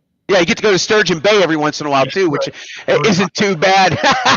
So I had a great time in the city all week, and just getting a chance to talk to the locals, especially in the evening time, cut loose a little bit after work. I'm in a construction field during the daytime, so after I get done with work, we'd head over to Lambeau and some of the spots over there, wear Steelers gear. The general consensus I got, and correct me if I'm wrong, and I heard a lot of this on Friday, which is when I got my most listening time in on the sports station there, but the consensus I feel from the fans in Green Bay is that please don't let Aaron have the ball with 2 minutes to go, down 3 or 4. He's going to do what he has done for so long. Is that a fair assessment of how the fans feel about this game in Green Bay? Well, if you ask anyone in Green Bay what they fear the most about Aaron Rodgers, it's the fact that his name is Aaron Rodgers. He's the guy that this team or these fans and this organization got the pleasure to watch for 18 years. They understand what he can do and what he's capable of. I don't think that from the people I've talked to, they got into those specifics, because a lot of people in Green Bay don't think it'll be as close as Aaron Rodgers getting the ball with 2 minutes left and the chance to take the lead. But yeah, I think that these fans, they got a taste of Aaron Rodgers doing that maybe 20, 30 times. So yeah, a lot. Dude's capable of. Yeah, he's very capable, no question about it. Cam Ezer of WFRV TV 5 in Green Bay joining us on Behind Enemy Lines. This is Steel City Sunday, live from the North Park Lounge, Richland, and the Hilltop Event Center. By the way, Cam's appearance today brought to us by Arch Masonry and Restoration. They are hiring in Pittsburgh, brick masons, block masons, concrete finishers, labor help, no experience, no problem. They can teach you on the job. They have advancement programs and classes that can jumpstart your career in the building trades. 412-564-5733 or visit archmasonryinc.com to learn more. Jordan Love. Great, and this has been the Packers thing, right? They had Brett Favre, and then they drafted Aaron Rodgers, and they said goodbye to Brett Favre, and Aaron comes in and does great things. Then they say goodbye to Aaron. They bring Jordan in, and he's done pretty good so far. 2 full seasons at the helm, 2 playoff appearances, playoff wins. Is this the breakthrough year for him? They're currently number 1 in the NFC, 4-1-1. Let's talk about Jordan Love before we get a little bit further into Aaron Rodgers, because I really like him. Dynamic young quarterback. Very dynamic, a lot of potential. And I think that's what everyone saw in Aaron toward that 2008 season when Brett was kind of going out the door. And then when Rodgers struggled after those back-to-back MVPs in that 22-23 year, you kind of thought, okay, here's the time for Jordan Love to not just get acclimated in this offense, but fully take over. I don't know if this is the breakthrough year, but this is his year of comfort. You think of those 3 years where he was the understudy to Aaron Rodgers, and these last 3 years have just been a learning process. That first year, he was so good at the back end of the season. That second year, injuries kind of derailed his his growth process and what he could turn into as a quarterback. And with so many expectations on his shoulders last year, entering this, it was like, what version of Jordan Love are you going to get? A lot of the guys on that team, they were drafted a couple of years after Love, so they're in their third and fourth seasons. So you could just tell that Love is more comfortable. He's more of a vocal leader. He hasn't had the best season overall in terms of statistically, but in terms of clutch drives in the fourth quarter, when this team has needed him, yeah, Jordan Love's shown up. Yeah, no, he has. And outside of that wild contest against the Cowboys, they could easily be 5-1 right now. And, really just in the driver's seat early on. It's a long season. Look, 17 games. They're going to get to 18 at some point for sure. And, those things certainly change the dynamics over the course of a season. Of course, they'll get 2 bye weeks once that potentially happens. That'll certainly be good for everybody. Josh Jacobs. Now, again, the Steelers' run defense has been mostly porous all season long. There were a couple of games against Minnesota and Cleveland where they held their own, but again, the competition in those games may have been a factor in all of that. Last week against a terrible Bengals team, they allowed Chase Brown to gash them for over 100 yards. Josh Jacobs, I mean, he's had a good season. He's got 400 yards rushing, 8 rushing touchdowns. How often do you think he'll get the ball in the first half, or at least in the first quarter? Well, I think that the biggest concern with Josh was last week, Friday, a couple days before that game against the Cardinals on the road. He suffered a calf strain, and we all wondered, after dealing with an illness the prior week, would he even play against the Cardinals? Then he had his 3rd straight game with 2 touchdowns, and that's after he didn't score against the Browns, which snapped an 11-game streak of having a touchdown dating back to last season. So Josh is their workhorse. This offense runs behind Josh. I said runs, pun intended, because even though Jordan Love can throw the ball and he has the weapons in the wide receiving room, Jordan Love doesn't have as much time in the pocket if it is not for Josh Jacobs in the pass blocking department, and also just his ability overall to get downhill, kick out to the outside, work his way into checkdowns. I think you give the ball to Josh a lot, especially because I asked him during the week, do you feel the calf? Is it still lingering? And he said, honestly, and I'm being completely transparent, I don't feel it at all. And that is a great sign for a guy who had 2 touchdowns last week and 2 touchdowns the week before and the week before that. And the fact that he is fully healthy, I think you give the ball to him 20, 25 times this game. Also, Dontavian Wicks is out there, wide receiver. Matthew Golden was questionable coming into the game. He's expected to play. So, yeah, this is going to be a very run-heavy offense against the Steelers. All right, Cam Ezer joining us here from WFRV TV, Channel 5 in Green Bay. It's Behind Enemy Lines. I want to bring Bill Akins in. He's got a question for you. Go ahead, Bill. Hey, Cam. So, the Packers are 4-1-1. Just judging what you've seen, do you think they played a complete game this year? That is a great question, Bill.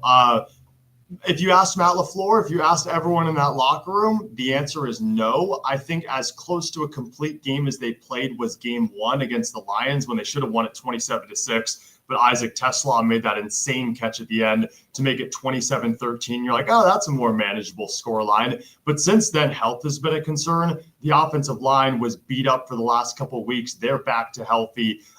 You think of a couple weeks ago against the Bengals, the defense was so good in the first half, not good in the second half. And the offense was a flip-flop. I just think it's about complementary football with this team. I think the best version of football we've seen out of the Packers was the last 5 minutes and change against the Cardinals. So to answer your question, at least in full, is I don't think that this team has played a full game of football in terms of the complementary aspect of it. But I think they're on their way with what we saw in that fourth quarter against Arizona. Good assessment there for sure. Hey, let's get into the Aaron Rodgers thing. If he wins today, he's beaten everybody. The only one that's ever done that, and all 32 teams in the NFL, the only one that's ever done that is Peyton Manning. And Brady. Brady did that. I thought he had done that. I was certain he played. I know he played the Patriots. He played them in Tampa, and he beat them in Tampa. Okay, I thought he was the other one. I could have swore it was him as well. So Rodgers is looking to get there. We've asked a couple people already, and I'll ask you, and he's smart enough not to answer this, but how much do you think he would enjoy beating Green Bay tonight? He'd enjoy it. I mean, he said it wasn't a revenge game, and what do I have to avenge? But honestly, weirdly enough, I don't think it's because he played for that team for 18 years, and there was that tumultuous stretch down the stretch where he got replaced. I think why he'd enjoy it is you're up against your former team. The storylines galore. If you lose the game, then everyone's going to be coming up to your locker, standing at the podium and saying, so what was that like, dealing with the emotions as you lose the ball game? I think that he'd rather answer those questions with a smile on his face. So I think it's more so that than what transpired in Green Bay, because I think a lot of people are trying to build this narrative of, oh, Aaron Rodgers wants this win because of what occurred with them drafting Jordan Love and not drafting a first-round wide receiver and not supplying him the weapons that he would have wanted in order to make it to another Super Bowl. I think he'd just rather answer the questions about the narrative and the emotions with a smile on his face, maybe do a jersey swap with Jordan Love with a smile on his face. I think that's why he'd love to get a win. Anything else, Bill? Well, what about Jordan Love's standpoint? What do you, Yeah, I mean, Bill, we talked to Jordan Love earlier in the week, and he said, he's been texting with Aaron Rodgers as recently as a week or two ago. Like, these guys still stay in touch as much as it's mentor against mentee. They're friends. I mean, as much as, like I said, the narrative was built up like, you drafted Jordan Love to replace. It wasn't like a Brett Favre, Aaron Rodgers situation where you can kind of feel the disdain between the two. Jordan Love really took to the mentorship of Aaron Rodgers. And Matt LaFleur said that the relationship between the two was really, really special. I think Jordan would love to get this win for the exact same reasons. I know I don't want to keep it too vague and say, it's just one of 17 on the schedule. But with how the Packers are playing and what they're shooting for, Micah Parsons said, we're going for the big one, right? We're not worried about regular season game. Like, we ultimately want to get to the point where we're playing for a Super Bowl. So to put so much on this game just because of the Rodgers perspective, I think Jordan would want to win the game because he wants to win football games. So I think that might be, or that's the way that Jordan Love is viewing it. One more question with Cam Ezair of WFRV TV5 in Green Bay. This is Behind Enemy Lines. On Steel City Sunday, how do the Packers lose this game? How do they lose the game? That's a great question.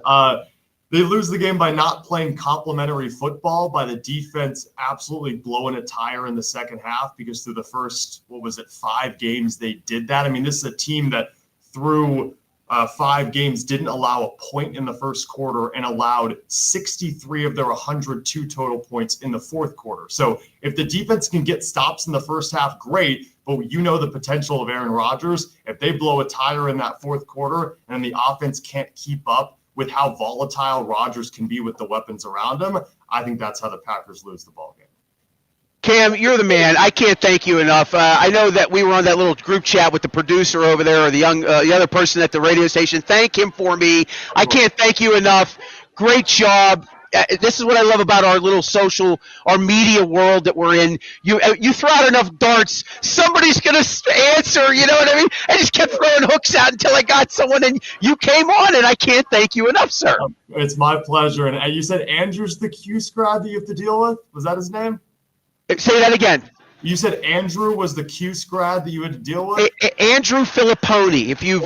He's the guy who said if the Steelers lose in Cincinnati, he'd get his nipples pierced. You didn't hear about that story? You didn't? Did you? Yeah, everybody's heard about that story across the country. With no numbing agent, too. With no numbing agents, I might add. So. Hey, props to Andrew. Hey, fellow Syracuse grad, keep annoying John. Keep annoying It's a good thing, but do not get your nipples pierced. Well, it's a big thing. Like Wednesday, they're having a big thing here. He's been on the air for 15 years. He was in that group with Nick Wright and a few others that are doing FS1. But I told him, and I'll let you go after this. I told him he missed an opportunity. They should have done this at Nippert Stadium in Cincinnati. They'd have made 10 times the money. That's great. And on that note, Cam, thank you, sir. I appreciate it. Of course, Thanks, Cam. Good to meet you. All right, my man, you too. Cam Ezair of Channel 5 in Green Bay, Wisconsin. Soup. I love the young group. I love young broadcasters. I love young media people. It reminds me of what it was like 30 years ago. He's such a good young man. We've been texting all week. He was like, hey, what are you doing? I'm like, I'd send him like little TikToks I was doing. And he's like, he goes, that's the medium to go in. That's what I love about people in the business. It's a hard enough business as it is to get a gig in. And that young man does a really nice job. Okay. Not a young man, but still one of the best in the business. our NFL insider, joining us now from his palatial digs somewhere in the New York, New Jersey area from SiriusXM's NFL Radio, Mr. Zig Fracassi. Zig, how you doing, buddy? JP, I was young at one time, but not anymore. You know. Yeah, right. You and me both. My joints. I've been moving. I'm moving to a new house. I know. And I flew in Friday night. I got home at 1 a.m. By 7, I was back up, and I've been hauling carloads to the new place. More tomorrow. You know, like Thursday's the big move day. I've got people coming in, but I'm feeling it too, brother. I'm feeling it too. I can't believe Scott Farrell's 60. 60. I'm 60. I know. Yeah, I mean, none of you look it. I will say that you've done well for yourself in terms of that department. Okay, Zig, our NFL guy. We'll get into Steelers and Packers here in a moment. Looking at the games today, let's talk about the Jets to start off. Yeah. I mean, you know, what a game that was. 23 fourth quarter points. They beat Cincinnati. I'm assuming you got a chance to watch a good portion of that game. I watched, a fair amount of it, and it was clear maybe they had a little bit of extra motivation going today with the announcement earlier today, the former Jets great Nick Mangold passed away at the age of 41 from complications of kidney disease. So want to extend the prayers and thoughts to the Jets and the Mangold family. And you have to think sometimes, John, that is a dedicated type of thing. And give the Fields a lot of credit. Here's the young man who was benched for Tyrod Taylor, and then because Taylor can't play, then Aaron Glenn's like, all right, well then you're back in. He responded well. Breece Hall was big. That was a nice win for them coming back on the road against the previously hot Bengals. So Jets deserve that first one. Maybe it's a few more for Aaron Glenn after that. Yeah, well, that would be nice. I'm sure that the Jets would welcome a few more wins, considering they came in 0-7. Let's talk a little bit about some of the other games that were on the schedule today. Just kind of going through the roster here.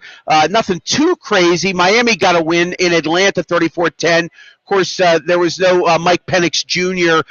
Buffalo cruising at Carolina. The Bills 40-9. Josh Allen, a couple touchdowns.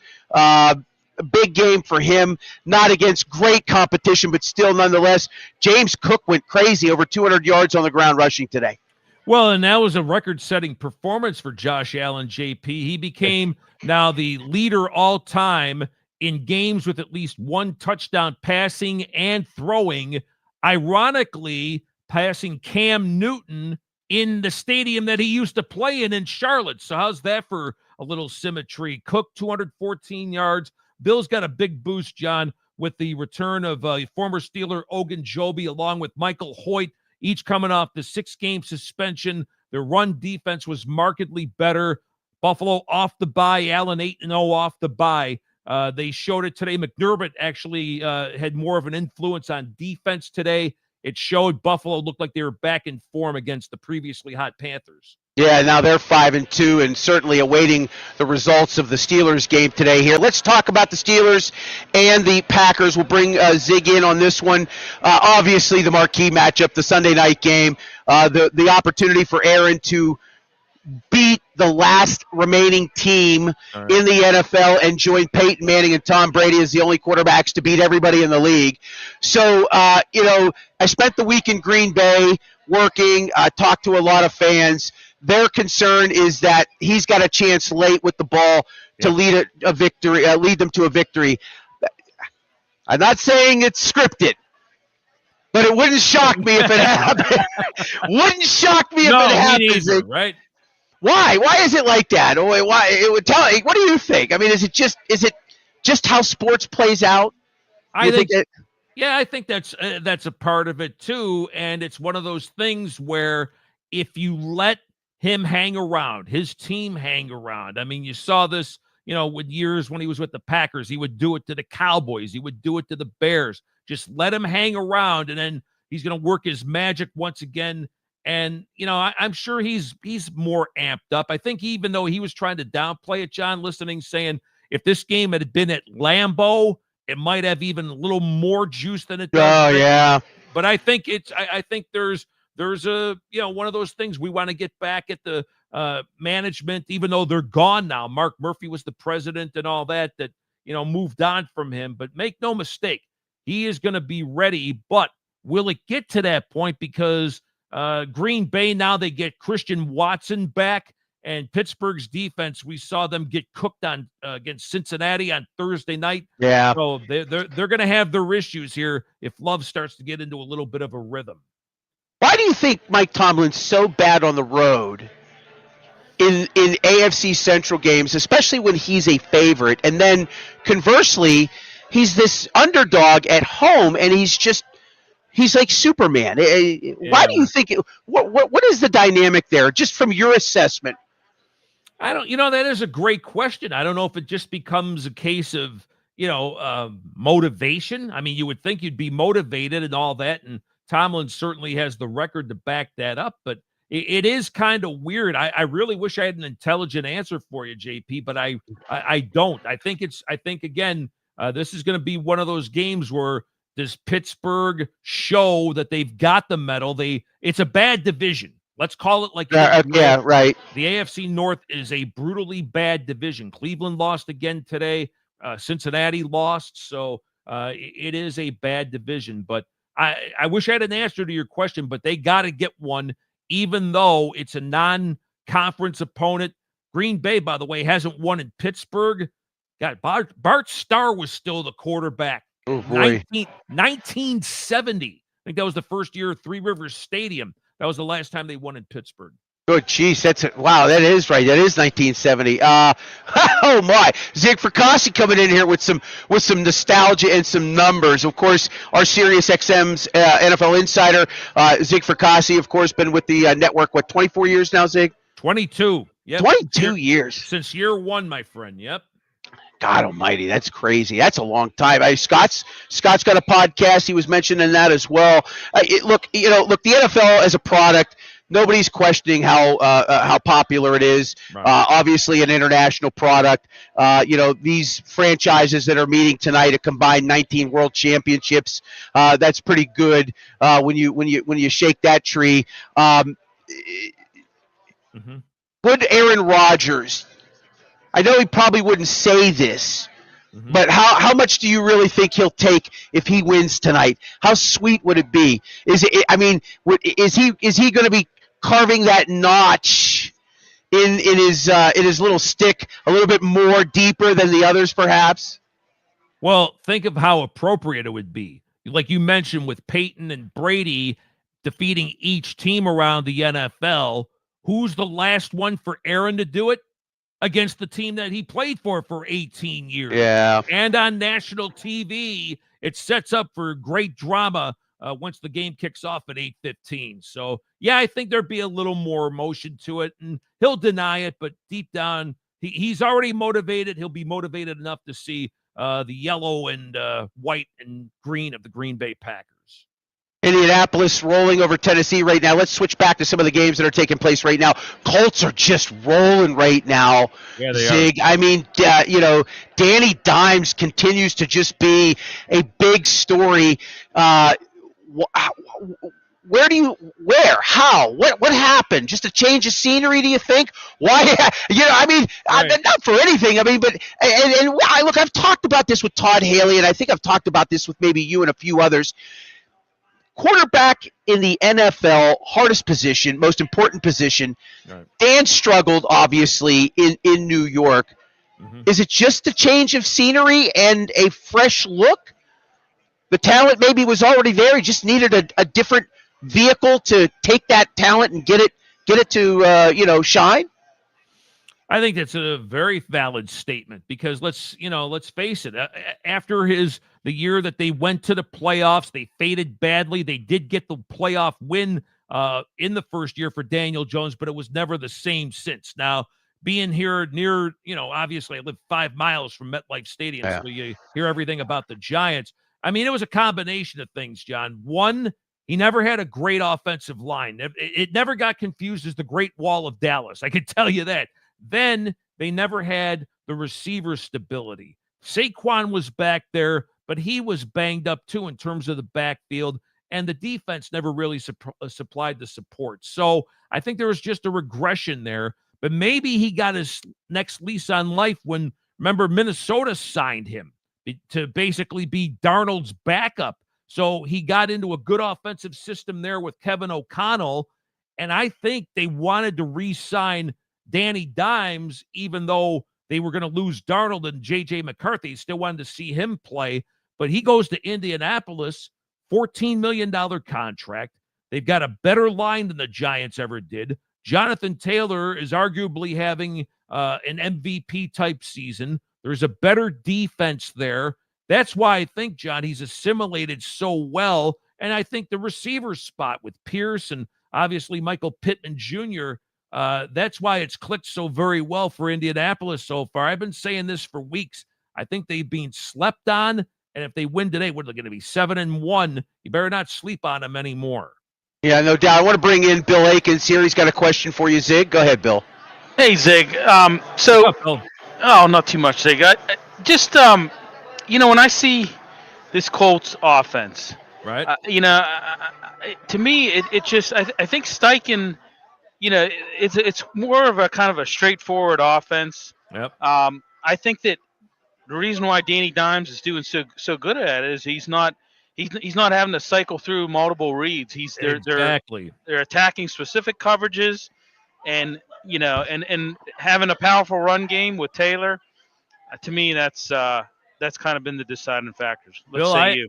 Yeah, I can't disagree. I think it's one of those things where, and maybe that was part of it too with the Giants, that maybe because the first option or even second option would break down, all those other factors I mentioned, you don't get that pass protection. You don't get the receivers maybe, getting into an alternate route. So that's where Jones had his trouble. Whereas in Indy, and again, Steichen, let's not forget, he was a hell of a play caller with the Philadelphia Eagles. So he's keeping this simple. It's straightforward. Like you said, Taylor's health obviously has been very good. And as I mentioned, the line's better. The receivers are better. That's why it's clicked. Plus, you got a guy motivated for maybe getting a big contract. And also, think of the timing too, guys. Anthony Richardson, 4th overall pick a couple of years ago, has been a total disaster to this point in time. It was the perfect storm for Daniel Jones to go to Indianapolis. Hey, Steichen, Coach of the Year. Danny Dimes, Comeback Player of the Year. Jonathan Taylor, League MVP. He's already got 149 and 2 touchdowns today already. The hat trick, John. Not inconceivable. Would you agree? No, not at all. It's amazing what they're doing. I mean, it's, Now make it 30-7. 31-7. They just scored again. Well, and think about this, guys. If Mitchell doesn't drop that ball before the goal line in the game against the Rams, and then get nailed for the penalty, which on the Jonathan Taylor touchdown that would have given them the late lead, they'd be unbeaten right now. Yeah, great point. Great point. Danny Jones just threw another touchdown pass. 18 and 25 for 2. I'm telling you, I mean, you turn around and they're scoring another touchdown. It's pretty crazy for sure. 1 or 2 more questions with Zig Fracassi, our NFL insider. Of course, 22 years at Sirius XM's NFL radio. Been in the business for over 35 years. Zig, let's circle this here. What do the Packers have to do tonight? Is it a case of just feeding Josh Jacobs the football early and seeing if that running game can be established to control tempo? He's got 8 rushing touchdowns. He's run for a pair in the last 3, over 400 yards on the ground, and the Steelers' run defense has just been atrocious all season. Yeah, and I think they would probably like to have a little more balance there. John, you mentioned the stat numbers, and I heard our guys talking about this yesterday on NFL radio, that Jacobs may not be getting the yardage that he used to, but now, he does score, which is encouraging. So I'm thinking if Matt LaFleur would love his ideal type of balance, he'd love to give, Jacobs 20 to 25 carries, minimize the potential mistakes of Jordan Love, who's been a little bit hot and cold yet early in his career here. But again, I think they would like to establish that, and then probably get Christian Watson, as I mentioned, if he winds up playing in this game, it would be his first action. So to get him going in the offense as well, and keep an eye on that tight end. They got an emerging stud there in Tucker Kraft, who they've been going to a lot this year. All right, before I let you go, big prediction: who wins tonight? Ooh, good question. I will side with Aaron to complete the victory lap, if you will. Pittsburgh by 3. Great. I think a lot of people probably have that consensus right now. Zig, you're the man. I appreciate it. We missed you for 2 weeks. I know. But we got you back, and that's all. I mean, it's a complete show now. It is. We're just going to turn the show off, actually, is what I'm kidding. Zig, thank you. I got another hour and a half to do. Thanks, buddy. I appreciate it. All right, guys. Thanks, Always Zig. great to be with you. Take care. Yep. All right, Thank Zig you. Fracassi, our NFL insider from SiriusXM's NFL Radio. It is Steel City Sunday live from the North Park Lounge, Richland, and the Hilltop Event Center on Route 8 in Gibsonia. John Phillips here, Bill Akins alongside of me. Anthony Halkias is not going to be joining us tonight. He is enjoying the terrible tailgate, and he's going to the game this evening, so we'll check in with him next week. So we got an open segment to chit-chat. I've got a question for you. All right, go ahead. What do you think about these throwbacks tonight that they're wearing? Look, What I'm wearing right now. I've never been a fan of that design. I'm not going to lie. I hate the stripes, the black stripes. Yeah, I like them. They're better than the Bumblebees. I'll say that much. The Bumblebees, they might have been the worst. I don't know if it was the old gold too. That was a different gold color they used in that design. They look like prison jumpsuits. Not to say that they're criminals, but hey, they were not. Those were bad. The only complaint I have, the only complaint I have with these, you have white numbers on the front, okay, then you got black numbers on the back. Yeah, I don't know think that. You should just, I will say I like the patch. Yeah, absolutely. Patch is nice. I like that one. That's pretty solid. But I don't know. I wish they would. Now I guess the Packers are wearing the white color rush. Correct. Yeah, because they didn't want the yellow You're helmets. right. Yeah. Those are. And I'm not going to lie. That Bengals look last week was pretty nice. I love those. Oh yeah, I do not. The blacks, no orange, just the black and the white. That I thought that looked really, maybe a touch of orange, maybe, but I thought those were pretty sharp unis last week. Okay, so I got a question for you. So you said you didn't like the Bumblebees. Okay, so you didn't like the beige pants, correct? Nah, no. What if they would have had black pants? Better? Maybe, probably. Okay. Yeah, probably. Not that I'm a fashion designer of any kind. Well, although I did work for an art college for 10 years. All right, I did work for an art college for 10 years, but no, the black probably would have made it look a little bit better. I would think. I just thought the gold was not good. It really did remind me of a prison uniform. Not that I would know anything about that. The whole thing was back in the 30s. Most teams wore beige pants. That was the only. And that's fair. If they're trying to go to a truer throwback that really mimics what they really wore, okay, that's fine. You're working with what you're working with because of you're trying to pay homage and you're trying to look that way. So that's fine. I do like those better. I like those better than the Bumblebees. If those never came back, I would probably be okay with it. I don't know. How about you? Do you have a Bumblebee? I do have a Bumblebee jersey. I have a Roethlisberger, but I didn't mind them. I really didn't mind. They had that the square with the number. Well, see, I like the block numbers. You do. Okay. Yeah, I do. So I don't care. Just go out and play and cover my bets. That's all I really care about, Bill. Come on. What are we going to get you to have 15 betting apps and you get your allotment of money from the government. You're just I'm putting it all on this 9-legger. All dogs to win. Every favorite covers. Yeah, I'd be in the dog house. Yeah, right. Yeah, I hear you there. Yeah. Well, smart that you don't. I will say that much. Okay, I do want to let you know that Steel City Sunday is brought to us in part by Arch Masonry and Restoration. The good people at Arch Masonry and Restoration have been a sponsor of this show from day one. I have been working with this company for a decade now. They are looking for professional craftsmen bricklayers, block layers, concrete finishers, labor help. And if you don't have experience, that's okay. They can get you on the job training. They have advancement programs and classes that can jumpstart a career as a bricklayer or block layer or a concrete finisher. All you got to do is call them, 412-564-5733, or visit their website, archmasonryinc.com, to learn more. Even though we're heading into the winter months, they stay busy. And that is a key in construction, especially here in the Northeast. Okay, Steel City Sunday rolls around. We got Bill Krakenberger coming on in about 10 minutes. Bill is a professional gambler, and he has been in Vegas for quite a long time. He is on VSiN Network. He is on Fox Sports Radio nationally on the weekends. You can visit his website, Crack Wins with a K, K-R-A-C-K Wins. He's a great follow on X. I will tell you right now, he's one of my favorites. His lists of Vegas, like top fives that he does, he's always talking about like the local casinos because he's a local. He lives there. And yeah, we're enamored. When we go to Vegas, the Strip is always alluring and a great place to go to. But there are some great finds off Strip.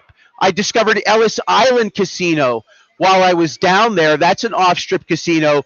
Boy, they just revamped their place. That one's certainly fun. There's Red Rock. There's a whole bunch. We'll talk with Bill Krakenberger in just a few minutes when he jumps on here, get his thoughts on Vegas life, and we'll certainly talk about why the chalk has been so chalky in the NFL. The favorites have been really, really laying the wood to everybody. Another example of that again today, as I'm looking at it, chalk early 5-2 against the number. And if you look at the board right now, the favorites right now in the late window here in the afternoon are all covering, all three of them. Almost too easily, actually. They're looking to go 8-2 before the late game tonight. I don't know how that bodes for the Steelers. I would probably say regression to the mean when you're looking at things, but as it is right now, the favorites are just clubbing everybody, and Vegas is, I would think, probably getting whacked. The books are taking it on the chin. The public generally, as a rule of thumb when it comes to sports betting, is chalk heavy. They like to bet the favorites. That's why they're the public. The public likes to bet the public teams. Public teams today, Denver, Baltimore, just looking at a few others, New England, Philadelphia, big public team. They're going to bet those teams, and they don't care. They don't care what the number is. So when Bill joins us here in a few minutes, we'll talk about his thoughts on gambling and how it has changed, especially as somebody who's a professional, just capping, how you look at what you're going to wager on. We didn't have computers 30, 40 years ago, right? I learned my first betting formula when I was 26 years old from some guy that I had, had heard me on the radio, and he was like, hey, I want to meet you and talk to you about how I, bet. Is he on? We got Bill now? Oh, no. So when Bill joins us, we'll get into that in a little bit. But, yeah, this guy sat down with me at a Buffalo Wild Wings, and he basically showed me, Chick Jack's backstage. All right. Let's bring Chick Jack in. Why not? Chick Jack Johnson, live from Biloxi. How you doing, buddy? The public is killing it again today. Yeah, they are, and we were ready for that. We were.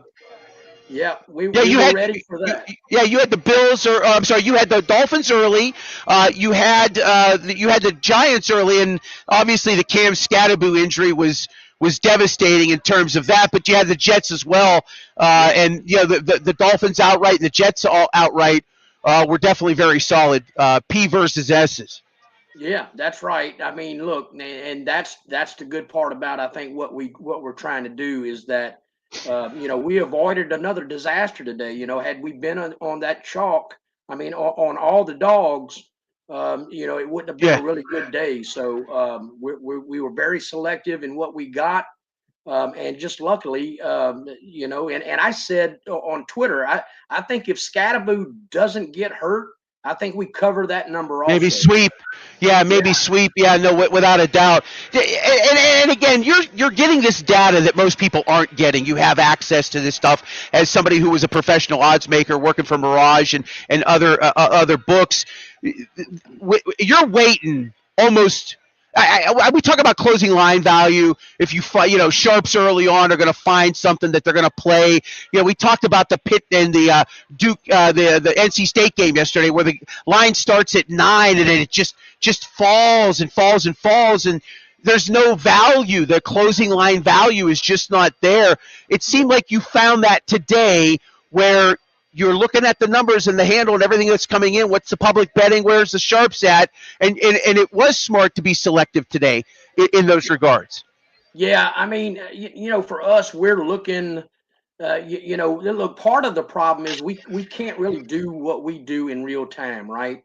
Yes. I have to get the information that I have out to guys so that they can act upon it. If it was just me sitting behind a computer all day like I do and just me betting, I would be waiting till the last second before I made any of these bets. So we're at a disadvantage there, but basically we're looking where the money's at, and we're looking for the late sharp move on that, and we're trying to get on the house side. That's all we're trying to do. Yeah. Well, real quickly before I let you go, where are we at on this game tonight? What are you seeing right now? Yeah, I mean, look, it was a pretty stale board most of the day. There's some 2.5s. There's a few 3s out there. Look, Green Bay was on our sharp report early in the week. They got hit, on Tuesday, but really nothing since. It's just been kind of stale. So and right now, my guys are tweeting me and they want to play, but there's just nothing there. And if there's nothing there, we're just not going to pull the trigger. Yeah, they're action junkies is what we like to call them. Yeah. Look, I've had enough of the action. I am not into action. I'm into W's. I hear you. Jick Jack, thank you for coming on this week. I appreciate it. You're the man. I love your stuff. Keep doing what you're doing, buddy. Thank you, man. Enjoy it. You guys, good luck tonight. Go Steelers. All right, and of course, WinWorks. WinWorks, real quick. Let people know about WinWorks if you don't mind. Yeah, so that's my partners, man. I mean, these guys are so good. They're always looking to partners, a partner in betting, just all kind of stuff. If you have any questions at all, just send those guys a DM. They can help you. At WinWorks on X, correct? That's right. WinWorks Gaming on X. Yes. All right. Jick Jack, thank you. I'll talk with you next week, buddy. Thanks. All right, man. Take care. All right, Carl Jick Jack Johnson, retired odds maker, was at the Mirage for years in Vegas, retired living in Biloxi, Mississippi. He's on Spaces on X at Jick Jack Johnson. Check him out. Really does. He's not into the, like he said, he's not into the action stuff. He's into where the books need the help at, right? What's the public betting on? Where are the sharps at? And, getting on that side of things, it really is a good formula, although right now, lately, it has been a tough one because the public or at least the chalk, the favorites in the NFL have been very, very strong the last few weeks. Let's bring in Bill Krakenberger, longtime professional gambler in Las Vegas, Nevada. You can hear him on VSiN. You can hear him on Fox Sports Radio nationally. You can go to his website, Crack Wins, Krack Wins as well. Geez, you're all over. You got other business ventures too. I'm losing track of it all. Bill Krakenberger, thanks for joining us on Steel City Sunday pregame. How you doing, sir? Good. You're yeah, absolutely. I watched a little bit here, and it sounds like a fun thing you have going there. Pretty good. It's last week we had our biggest audience. It dipped this week. It's weird. We're getting there. I tried to spend money on X to advertise, and they're like, no, we can't let you. Meanwhile, they've taken $100 out of my business checking account already. I'll call Elon Musk. I'm sure he'll handle things. Let's talk about today if we can get started. Before I get into Steelers and Packers with you, the favorites have been very strong the last few weeks, Bill. I mean, I know there's ebbs and flows through all of this, but 5-2 early. and it looks like they're going to sweep the board here in the afternoon. How did you see the board before things played out today? I just want to get your thoughts on that. Well, any given Sunday, anything can and will happen.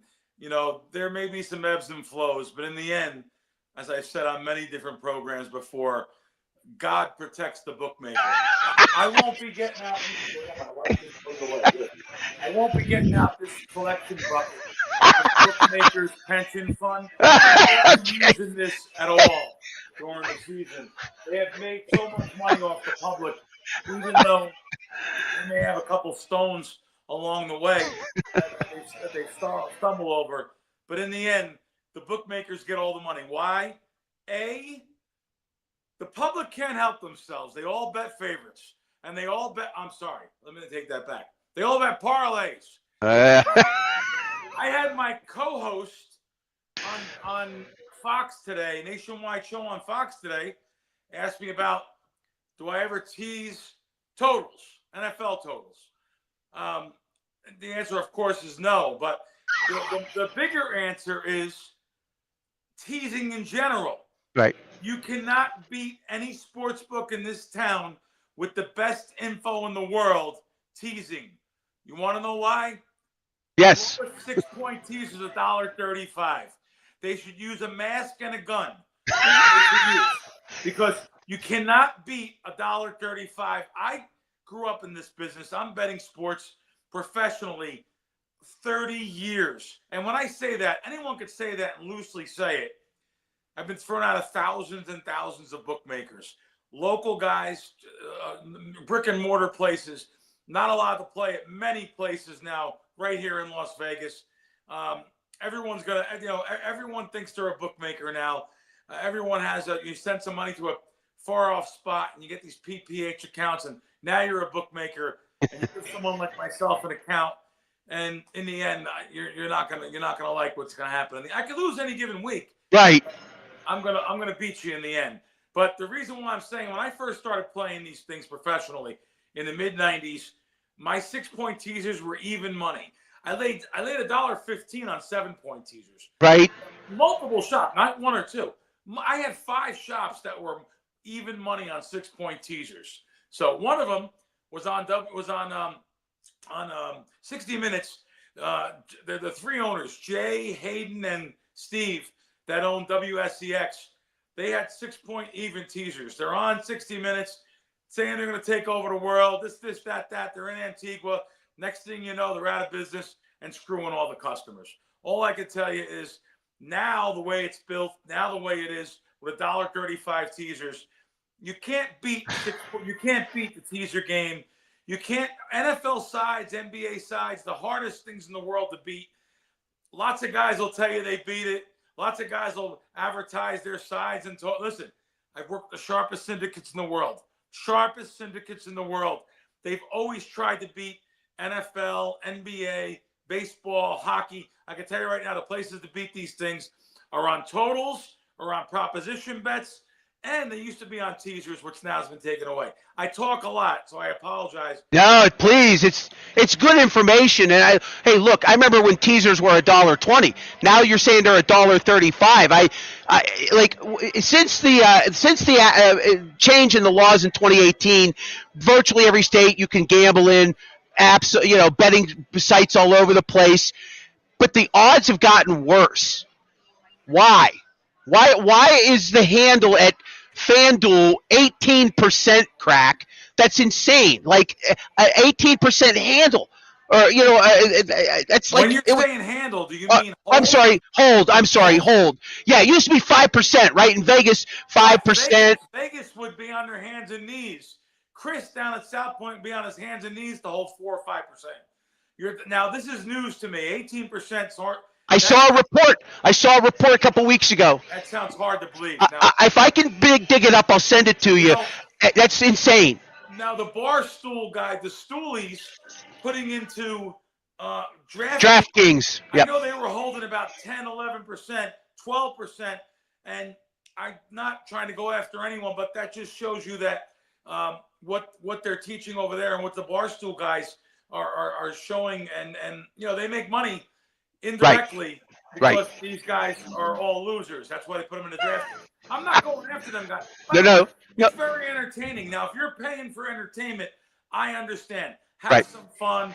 Listen to some of these guys. Enjoy it a little bit. Don't take it too serious. They don't take themselves too serious. But so I'm not going to, definitely not picking on them. I like a lot of the things that Portnoy does. Love the pizza reviews. They're very entertaining, very fun.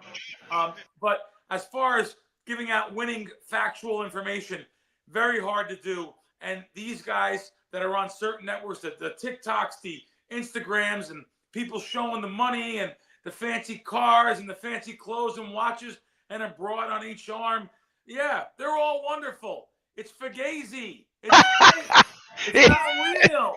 It's not. But the kids out there, you ask me why they're winning, why that hold is so high. Why? We've conditioned society to bet things that I've never even seen before. Yeah. Same game parlays. Right. What they do is money line. Listen, before these PAPs was repealed, 7-8 years ago, the money lines on games were minus 130, comeback plus $1.10. Now all these companies are minus $1.30, and the other way is minus $1.10. It's crazy. The juice conditioned this whole new genre of sports betting that thinks they can watch ESPN. Oh, I can beat that. I watch these guys on the way. I know what I'm doing. And now not only do they have losing information, now they're paying double the juice. But we've conditioned society to think they can beat that. And now you hear all these stories that come out, all these gambling things. Already the biggest three-letter word in any sports book, any given Sunday is fix. It was fix. I should have won. I knew there was a reason. Our eyes play tricks on us. Our eyes play tricks on us because we only watch the game from our side of the ball. I can have two guys sit side by side. One guy bet team A, one guy bet team B. Both guys are going to make a case why they should have won after the game. Why? Our eyes. That's what happens in the end. They say, man, I should have won that. I'm coming back on the next bet. I'm going to get on next week. They make them, they dangle a carrot for them every week. I know. It's okay. I got another question for you real quickly. 30 years ago, I used to work in Vegas at an old radio network, and Brady Cannon, who you probably know, he won the 2012 Super Contest with Sans Souci. He and I were at the Superbook at the old Las Vegas Hilton, now the Westgate, and we were betting NBA, and this guy, he's probably lost his last dime. He's been in Vegas for a long time. He goes, son, you know what the NBA means? I was 25. I'm like, no, sir, what? He goes, no bank account. That's a great lesson. That's why I don't bet the NBA. How has capping games, how have you had to change as the industry has changed? When you're looking at a board, how have you had to make adjustments over just say the last 5-10 years? Well, it's real simple. There's information on every single network about the NFL and even NBA. So wherever you go, you're going to see lots of information on these sides, Team A versus Team B. And it's real simple. If I'm going to get ahead of the market or see overreactions to markets, that's when I'll play an NBA side or an NFL side. I'm going to tell you, I'll play an NFL side before an NBA side. With the lineups, the way things are going, with these players taking each other in and out, they're hurt, they're not hurt, they should be hurt, they were going to be hurt, they want to be hurt. I don't even know what's going on NBA side, so you're not going to see me play many of them. Yeah. But the NFL sides, if I can get ahead of the market on Sunday night or Monday morning, I'm talking about 6-7 days before the games kick off. Right. That's when I'm more likely to bet the NFL. I will bet them closer to game time if I see some overreaction. Living here in Las Vegas, you can get extra half points around the key numbers of 3 and 7, but those key numbers aren't as key anymore. Yeah. Because of analytics, because of the 2-point conversions, because of the 10 yards more on the extra point. There's a lot more involved than it used to be 10 years ago. You mentioned the word 10 years ago, 10 years ago. Now, I'm not saying it can't be beat. Bookmakers are sure scared of me. I can't play at Coast. I can't play at Stations. I can't play at Caesars. Why? Using my brain. Not cheating. Using my brain. That's why I'm not allowed to play. What about South Point? South South Point, I'm allowed to play. Okay. Now, granted, I love Chris down there. I'm allowed to go to the counter. My bets were just cut to 3,000 on Limits. They've limited you. Okay. But not All right. only me, they limited it. Yeah. It's an across the board thing there. I understand. However, I went in there and bet 5,000. You know, I don't mean to throw numbers out, but Right. you're talking to the rare person. I'm going to be willing to say to you, unless you're talking to Billy Walters, you're probably not going to be talking to anyone that actually bets more than me. Because I'm not to be proud of. Right. I have a 2%, maybe 3% edge. So I have to bet a lot of volume. You can't tell me that you make a living betting sports if you're betting $500 a game. Because even if you hold 5%, which you don't, even if you hold 7%, which you don't, that's $35 a game that you're making. And you have to bet a hell of a lot of volume to be able to make a living off that. So I bet a lot of money.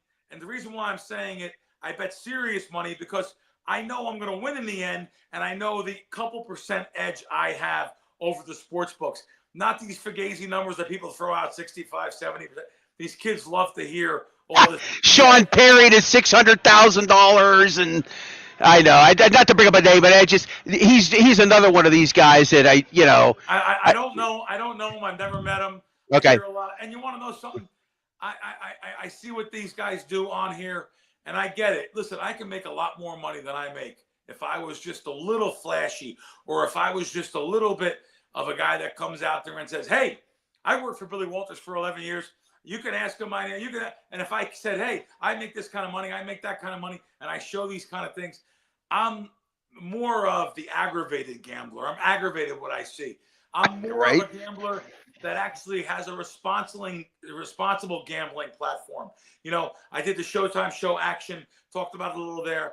I do my Fox Sports Nationwide show, 500 networks. I talk about it there. I do VSiN every Thursday.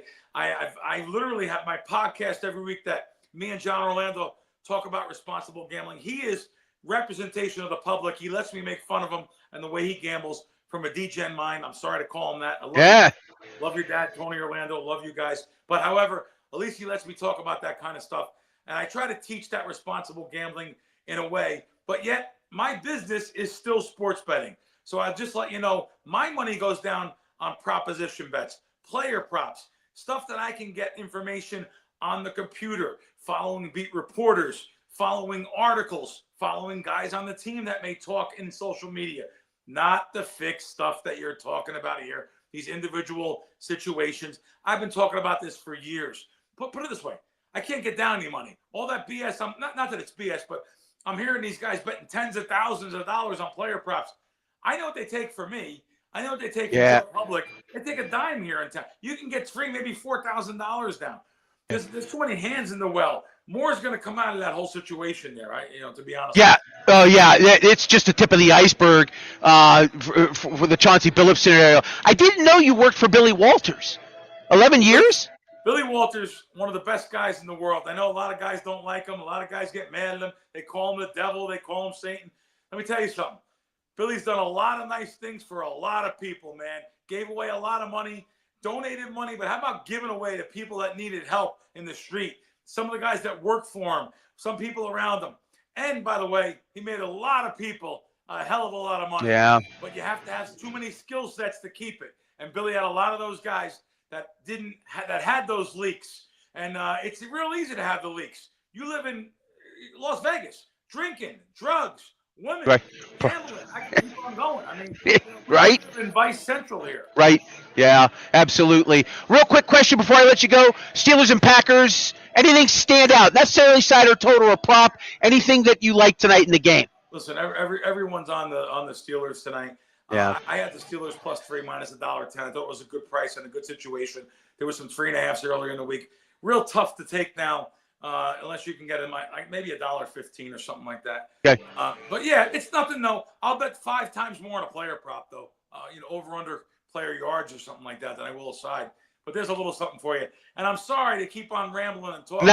With all these years of experience built up. and I'm trying to help other people too, to be honest. Yeah, and that's what I like about you. And that's why I'm so happy that you gave us some time today on the show. You're very gracious with your time. I've talked to people in Vegas. They're like, that's a good guy. And I'm just grateful that you've given us a few minutes of your time. Bill Krackomberger, you can hear him on VSiN on Thursdays. You can hear him on Fox Sports Radio nationally on the weekends. Crack Wins, Krack Wins. That's his website. Go check him out. He's on X as well. Bill, thank you. You are amazing. Thank you, sir. Thank you. All right, Bill Krackomberger, live from Las Vegas, Nevada. Worked for Billy Walters. I mean, what more can you say about a guy like that? Just top notch, real sharp. Sharp, right? He says he's got like a 3% edge. That's a guy who's been making a living for 30 years with a 3% edge, and he bets volume, and that's how he makes his money. I'm a professional gambler. I'm this. They're all flashy. He's like me. You get some TikToks going. You hold up some bundles. What do they call them? Bands. They call them bands. Hold up some bands. Get a flashy car. Show a ticket. Next thing you know, you got a bunch of people paying you in a Discord somewhere. You ever go on Discord, Bill? By any chance? Discord is that's a whole other universe. Mm-hmm. A lot of weird stuff going on there. Mm-hmm. Welcome to Steel City Sunday. If you're just tuning in, John Phillips is my name. I'm the host of the show. Lots of guests. We get you prepared for Steelers games. This week it's the Packers and the Steelers. Our audience is growing up here on X. It's a weird thing. Like last week, I don't know, we had thousands of people watching us, and this week maybe not as much, but hopefully you're hanging around and enjoying what you're seeing. If you like the show, tell some friends about us, and we'll be back in the post-game, short post-game tonight. We'll have Jerry DePaula, and we'll also have John Fedko. Jerry's actually going to be joining us here in a few minutes. Actually, even before that, Paul Zeiss. Has Paul hopped in? Nope. Okay. Well, maybe we'll get Paul. Mike Ostie at 7:15 with the mic drop. And then Jerry D at 7:30, and then we'll wrap the show up. We'll get off the air, and we'll get you prepared so that you have time to enjoy a few cocktails, dare I say a frosty beverage, maybe even some pierogies and some halushki. It's a lot of carbohydrates right there. Mix in some protein. We'll get some kielbasa. I was down in the Strip District today. We have a little group chat that we do here, text chat, trying to find parking at around 1:30 today. What a nightmare. Yeah. Link. Oh, Paul needs a link. We will get it to Paul. Okay, hang on. Oh, he's got it. Paul has the link. That's a busy man. Paul's a busy guy. He writes for the Pittsburgh Post-Gazette. That's his bread and butter. We love having him. The fact that he is doing this show is we enjoy having Paul. I enjoy working with Paul. Enjoyed my time at the Fan with him years ago. And the fact that he can commit some time to us every single week helps us a great deal. So any moment now, Paul Zeiss will be – okay, let's get Paul in here. Busy guy. He might be at the stadium for all I know. Are you at the palatial digs of the Post-Gazette down on the North Shore? Yeah, that's where I'm at. And, again, it's always a pleasure to be on with you guys. I always have fun with you guys. Sometimes we have logistics. It's always fun. It is. That's okay. We started the show today. They couldn't see me, which is actually a bonus for the audience, to be quite honest with you. But, we did figure it out. It is the internet after all. It's maybe it has something to do with Scott. Scott Farrell, by the way, on earlier today. Just a lightning bolt. That guy, 60, and he's still like as sharp as ever. It's funny to speak with him because he's just boom, boom, boom, boom. That's what I love about him so much. And you bring a great perspective. You've been covering sports a long time, obviously. Let's get into the meat and potatoes here. Aaron Rodgers, how nice will this be for him to get a victory against his former club and join Peyton Manning and Tom Brady as the only quarterbacks to ever beat all 32 teams in the league?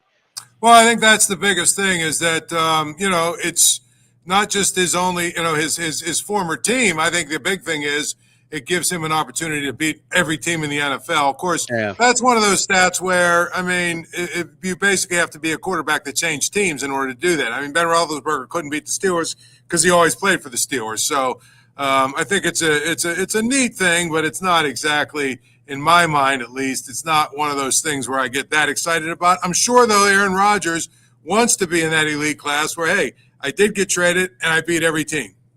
Yeah, no doubt about it. Yeah, of course, he's knocked off he's knocked off the Jets before, but he certainly did it at the beginning of the season with the Steelers.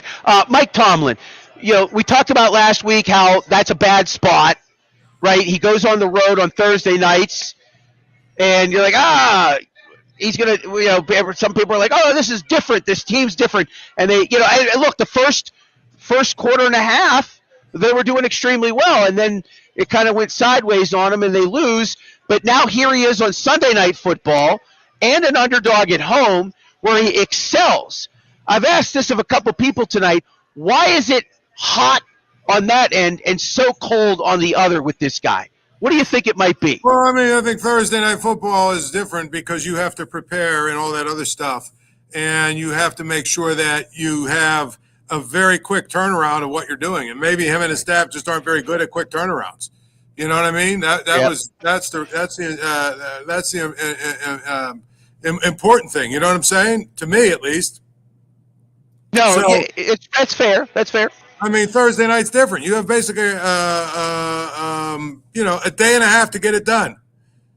You know what I'm saying? Yeah. It's not a lot of time. Not a lot of time. Now he's 0-7 in these scenarios. Paul Zeiss of the Pittsburgh Post-Gazette joining us over on the North Shore. You covering the game tonight? You heading down to the stadium after this is done? Yeah, I'll be walking right across the street here. And so, to me, I think the most important thing is going to be how do the Steelers get out of the gate here? I think that the Packers are a team that you don't want to trail. They're very good at what they do. They don't give up a lot of big plays. And that's the point. I think that's where it comes in my mind. It's a game I think they don't want to fall behind. Packers are the kind of team you don't want to fall behind, period. Are you worried about Josh Jacobs?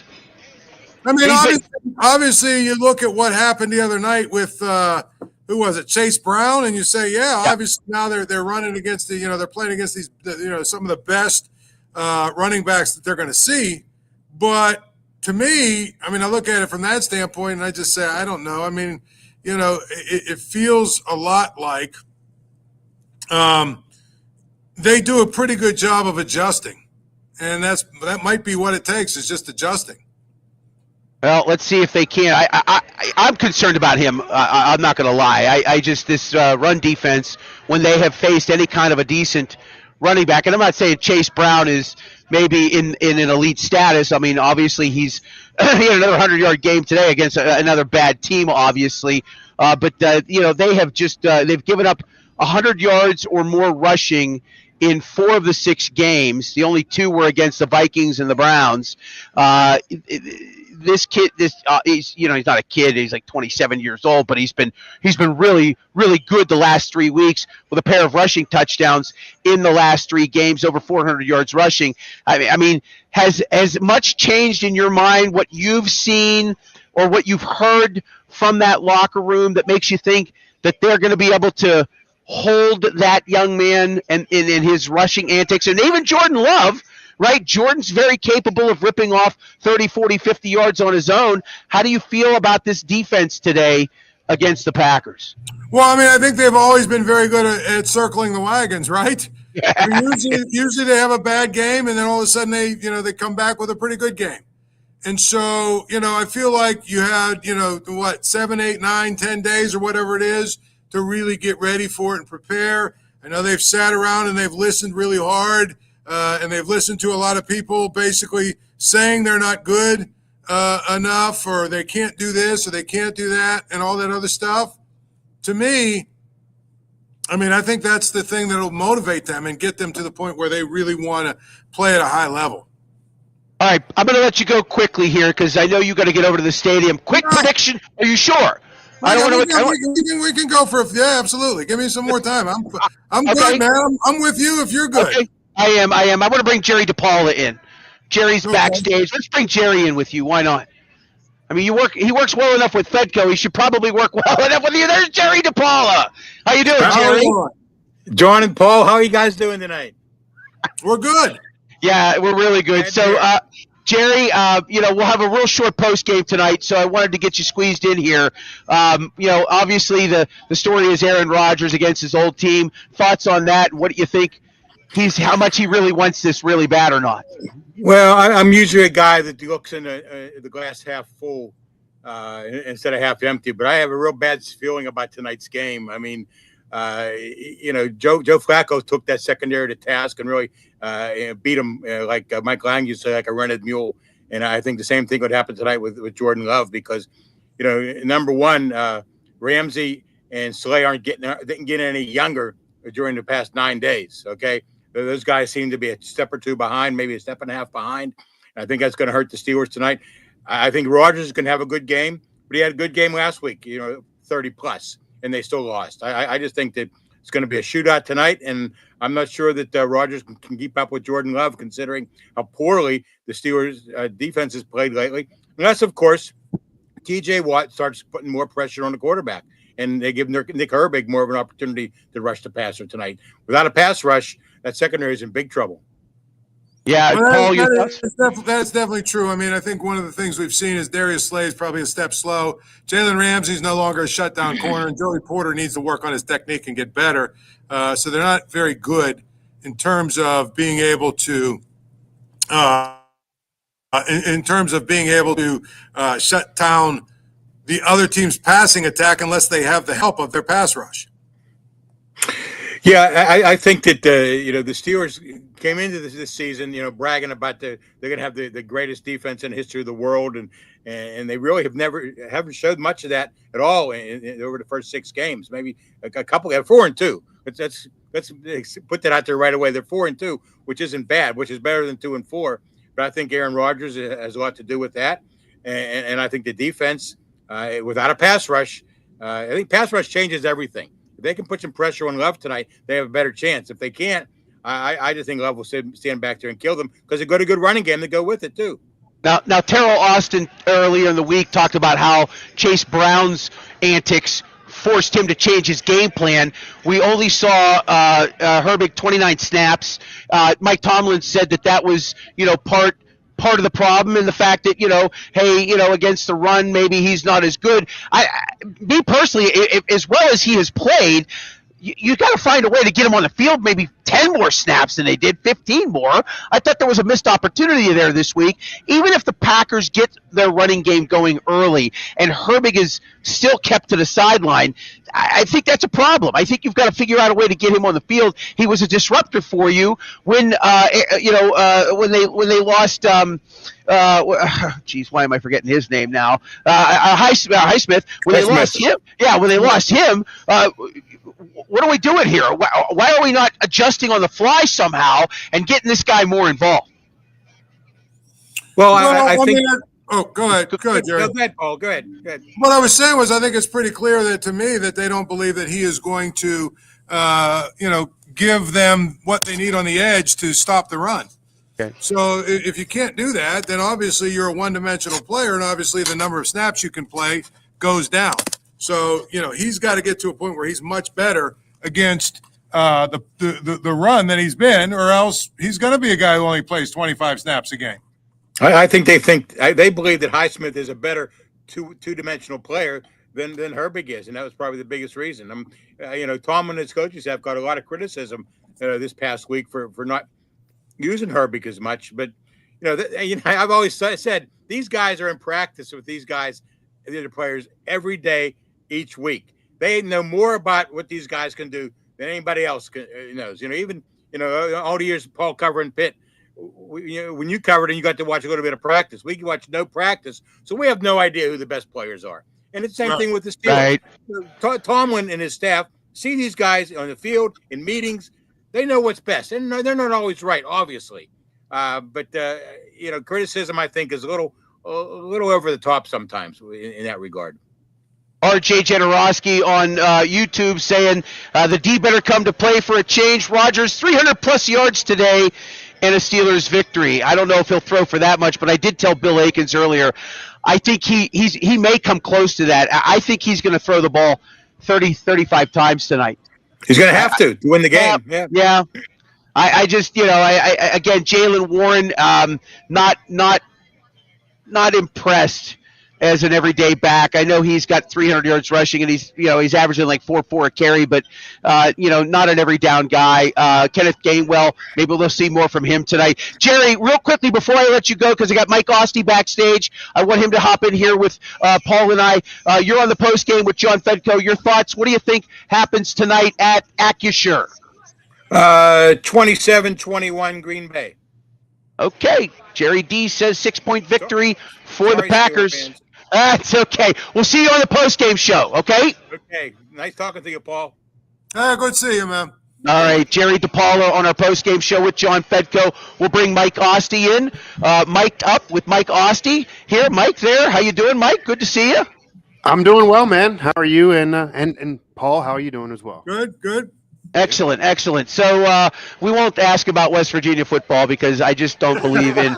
I've seen a lot of bad You've football. been tortured enough as it is than joining me on this show as it is. So let's get some initial thoughts on the Aaron Rodgers story here. Your thoughts on what plays out tonight. As Jerry was kind of just saying, a lot of this again falls on Aaron Rodgers. There's no reason for me to believe that he's going to all of a sudden throw 4 interceptions and single-handedly lose the game, but he still needs the offensive line to protect, and ideally still needs some semblance of a running game to make it easier on him. We've seen him be good enough for this team to win with their schedule so far. We've seen him be mostly a game manager, but at times show his intelligence and leadership and veteran know-how to elevate from what they've had in recent years. We've not seen him have to be the Aaron Rodgers back from his Packer days when he was a 4-time MVP and put the team fully on his back. If you believe that's a situation that may have to occur tonight, then I don't see that happening. I don't know when that ever is going to happen, but I think he'll still give you what he's been giving you. I think he's going to give you enough to win. Doesn't mean they're going to win, but I don't think we're going to leave the game saying, if Mason Rudolph started, or if they didn't bring Rodgers in at all, or they would have been better off with any of the other options realistically that could have quarterbacked this team. I don't think Rodgers is going to sink the ship, but he might make a mistake or two that maybe Green Bay capitalizes on. We've seen more of that in recent years from A-Rod than in the past, and I still doubt that you're going to see 350, 4 TDs. But if that's what has to happen because there's no running game, as Jerry alluded to, they probably then would lose. Now, do you two follow Le'Veon Bell on X by any chance? I do occasionally, and he had some gems, including off of the NBA news with their the gambling drama going on. He maybe had the tweet of the news cycle, to be honest. I didn't see that one. He just sent out a tweet on from Polymarket. He said easy money. He's got $50K on the Steeler money line to win 122.5. Is he going to get his nipples pierced? How's that? Hey, listen, I told Tony this. They missed the opportunity to go to do this in Cincinnati at Nippert Stadium. Well, that's true. I mean, what are we even talking about here? It should have been a no-brainer. All right, Mike Ostie joining us, managing manager of West Virginia Sports Now, part of the Pittsburgh Sports Now family of websites, national writer for Yardbarker and heard on Sirius XM. Paul Zeiss of the Pittsburgh Post-Gazette. Also can hear him occasionally on 105.9 The X when Mark Madden is not there. We are Steel City Sunday, live from the North Park Lounge, Richland, and the Hilltop Event Center. All this brought to us by Arch Masonry and Restoration, looking for concrete finishers, bricklayers, and block layers. If you don't have an experience, that's okay. Call them, 412-564-5733, or visit archmasonryinc.com. We got the sponsors out of the way. Let's talk a little bit more about the Sunday night game here as the late games are wrapping up. Colts about to be 6-1? 6-1. 7-1. 7-1 now. They were 6-1. Yeah.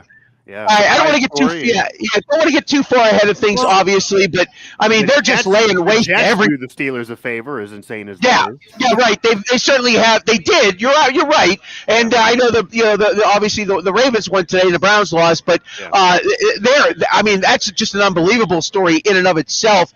But nonetheless, if the Steelers manage to find victory, it really sets up a monster game next Sunday at 1:00 again, not getting too far ahead. But I know the focus obviously is Green Bay. Mike, let's talk about Josh Jacobs. What do you expect of him tonight? Oh, go ahead, Paul. No, go ahead. Go ahead. I was gonna say, John, I gotta pull out here at 7:20. All right. So, well, then let's say goodbye. Let me give you my prediction. Yes. I think the biggest thing about it is this is a game. Mike Tomlin has this ridiculous record where he's an underdog at home. It's absolutely ridiculous what his record is when he's an underdog at home. And last I looked, they were plus 2.5. I feel like, the NFL is crazy this year. I mean, the Bengals beat them last week, lose to the Jets this week. The Falcons, they look horrible against the Dolphins. I feel like the Steelers are going to win this game. I think it's going to be something like 23-20. I just feel like they'll make more plays than the Packers.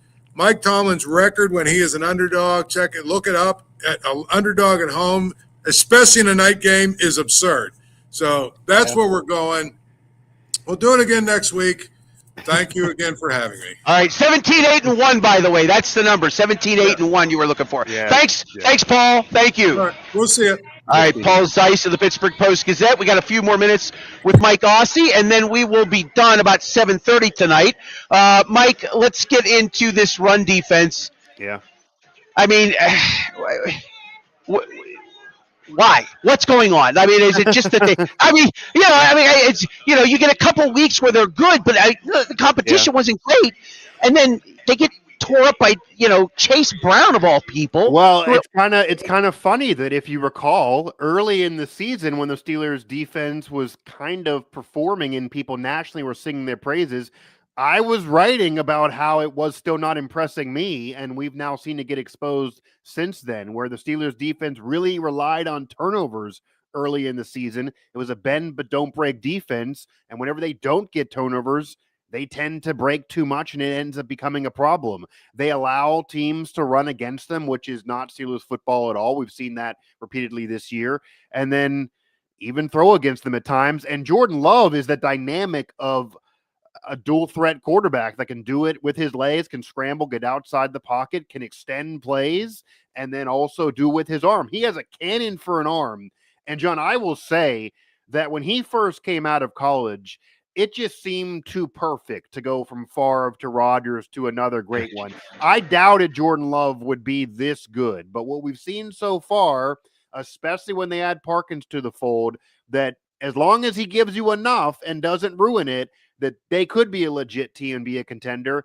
And I do think this Packers team has all the makings of going on a playoff run, especially when they shore up the pass rush defensively, and then him giving them enough offensively, him elevating receivers, then them getting something on the ground as well. So the weirdest thing off of what Paul just said, conventional wisdom based on what the Packers do would say Green Bay would win this game, but the NFL is weird. Tomlin usually does get retribution when he's coming off a bad game and a loss.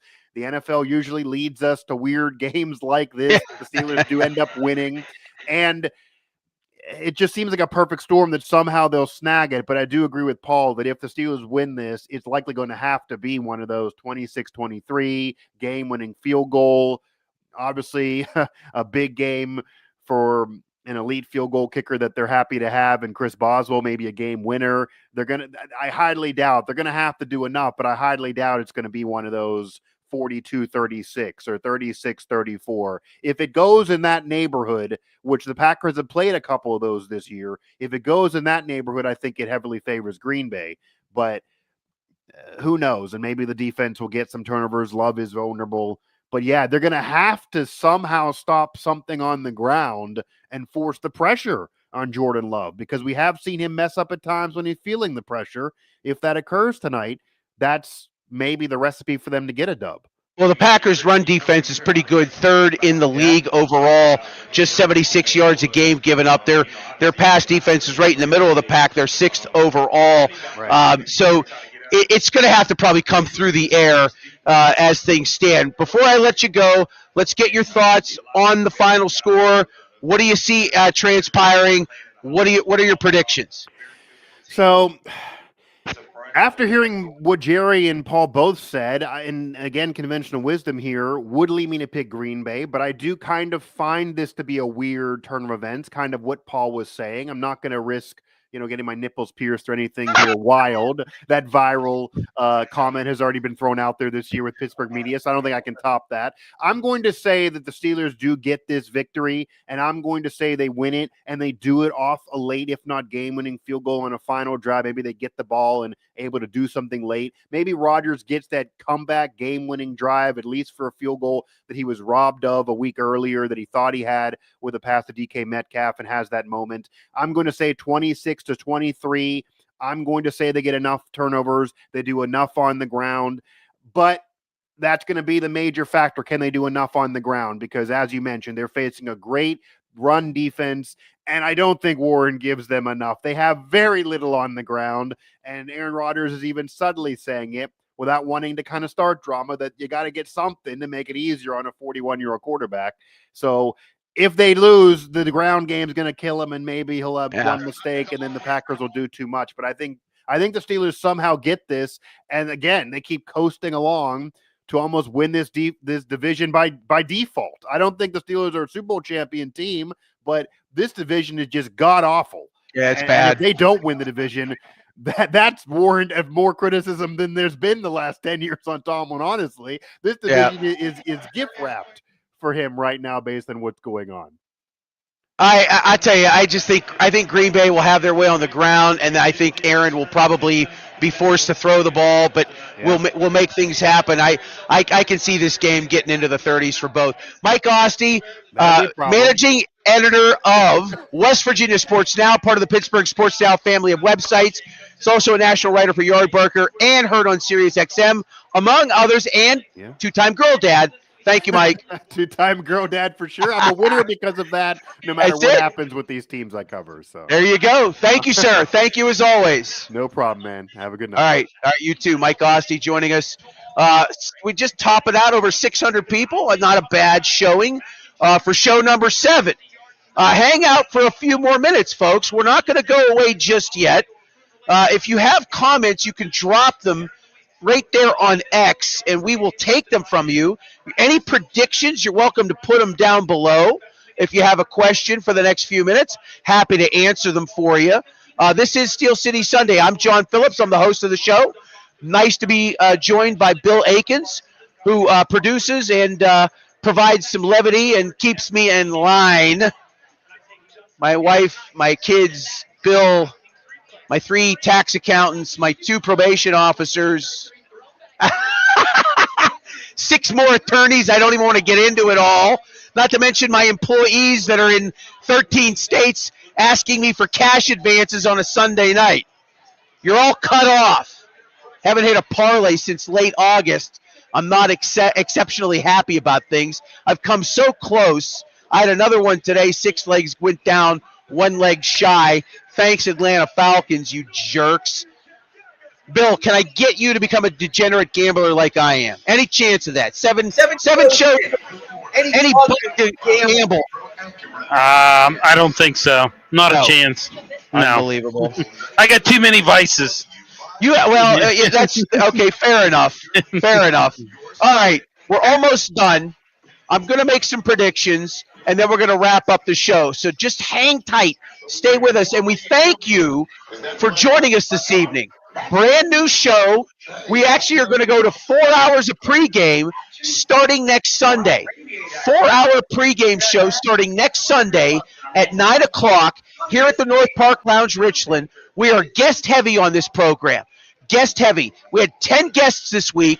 I'm going to try to have 12 next week. I'm a booking machine. I find people to talk to, interesting guests, and that's what this is about as we talk about Steelers football heading into a kickoff. And then when the game is over, as soon as the game's over, we have an hour of postgame. John Fedko joins us. Jerry DePaula joins us. Sometimes we get postgame sound from Mike Tomlin. Sometimes we don't. Nonetheless, join us for our show every week live here on X, on Facebook, on YouTube. And I was hoping to be on TikTok, but to TikTok. There you go. All right, predictions for tonight. Aaron Rodgers is going to throw for 300 yards tonight. I don't think the Steelers are going to have the time of possession battle won. I think Green Bay will win that tonight. I think they'll have the ball for about 35 minutes. That means Josh Jacobs is probably going to run for 100 yards. He will have at least one rushing touchdown. I think Aaron Rodgers will throw for at least 3. I think Jordan Love will throw for 250 and 2. I think DK Metcalf is going to have a big game tonight. I think he will have a big game tonight. It was a little quiet last week. Freiermuth was a huge star last week, finally getting loose. Big game for him. I think we see 33-31. I take that back. 33-30 is what I think we see tonight. 33-3, almost a mirror image with Aaron Rodgers leading a touchdown drive, okay? I think he leads a touchdown drive at the end of the game to win the game 33-30. That's it. That's my prediction. Go put your 26-leg parlay in on FanDuel right now. All right, don't do that. Not betting advice. Any last thoughts, Bill? Well, I think Rodgers is going to have a big game. Like everybody else, I'm concerned about the run defense. You can't get gashed on the ground again. You got gashed last week. That allows the opponents to control the clock, and then they set up, favorable, passing situations with that. So you can't get gashed on the ground again. You know what though? I'm going to say it's going to be. I'm going to go 24-21 Steelers. Okay, 24-21 Steelers. From Bill, I'm John Phillips. Hey, want to thank everybody. Want to thank North Park Lounge, Richland, and the Hilltop Event Center. Want to thank Arch Masonry. Again, in the construction trades, Arch Masonry, one of the best in Pittsburgh. 412-564-5733. Or visit them at archmasonryinc.com. They are looking for bricklayers, brocklayers. They're looking for concrete people, even construction laborers with no experience. They have programs that will get you a jump start in your career. Go check them out. archmasonryinc.com. For the entire cast and crew, for Zig, for Paul Zeiss, Mike Ostie, Jick Jack Johnson, Scott Farrell, Bill Krackenberger. Who else am I missing? Todd Haley, for crying out loud. Jerry DePaula, Bill Akins, for our guy, Cam Eazer from Green Bay Television. We want to say thank you for hanging in there with us tonight. Almost 700 of you right now. We love you. We'll hopefully see you on the post-game show. And don't forget, our next pregame show, next Sunday, 9 a.m., here at the North Park Lounge. We'll have 4 hours of pregame. 4 hours. Tons of guests. Stick around on our website. And don't forget, on all the socials, if you're on TikTok, Instagram, if you're on Facebook, you can find us at all of those sites at Steel City Sunday. Do we have the graphic? Maybe we have the graphic. If we don't have the graphic, that's okay. But if you're on those social media sites at Steel City Sunday, on all of them, go check us out on those. We provide daily content. We do little hits. I do all kinds of stuff. We got Bill's Breakdown. We got a ton of things. We'll always be sure to entertain you if you're checking us out. Thanks to everybody who's sticking in there. We are going to wrap up the show. I want to thank everybody who participated in today's program. Steelers and Packers about 45 minutes away. We hope you enjoyed the show. We'll talk to you in the postgame with Jerry DePaula and John Fedko. I'm John Phillips. This has been Steel City Sunday here on Facebook, YouTube, and X. Thank you for joining us.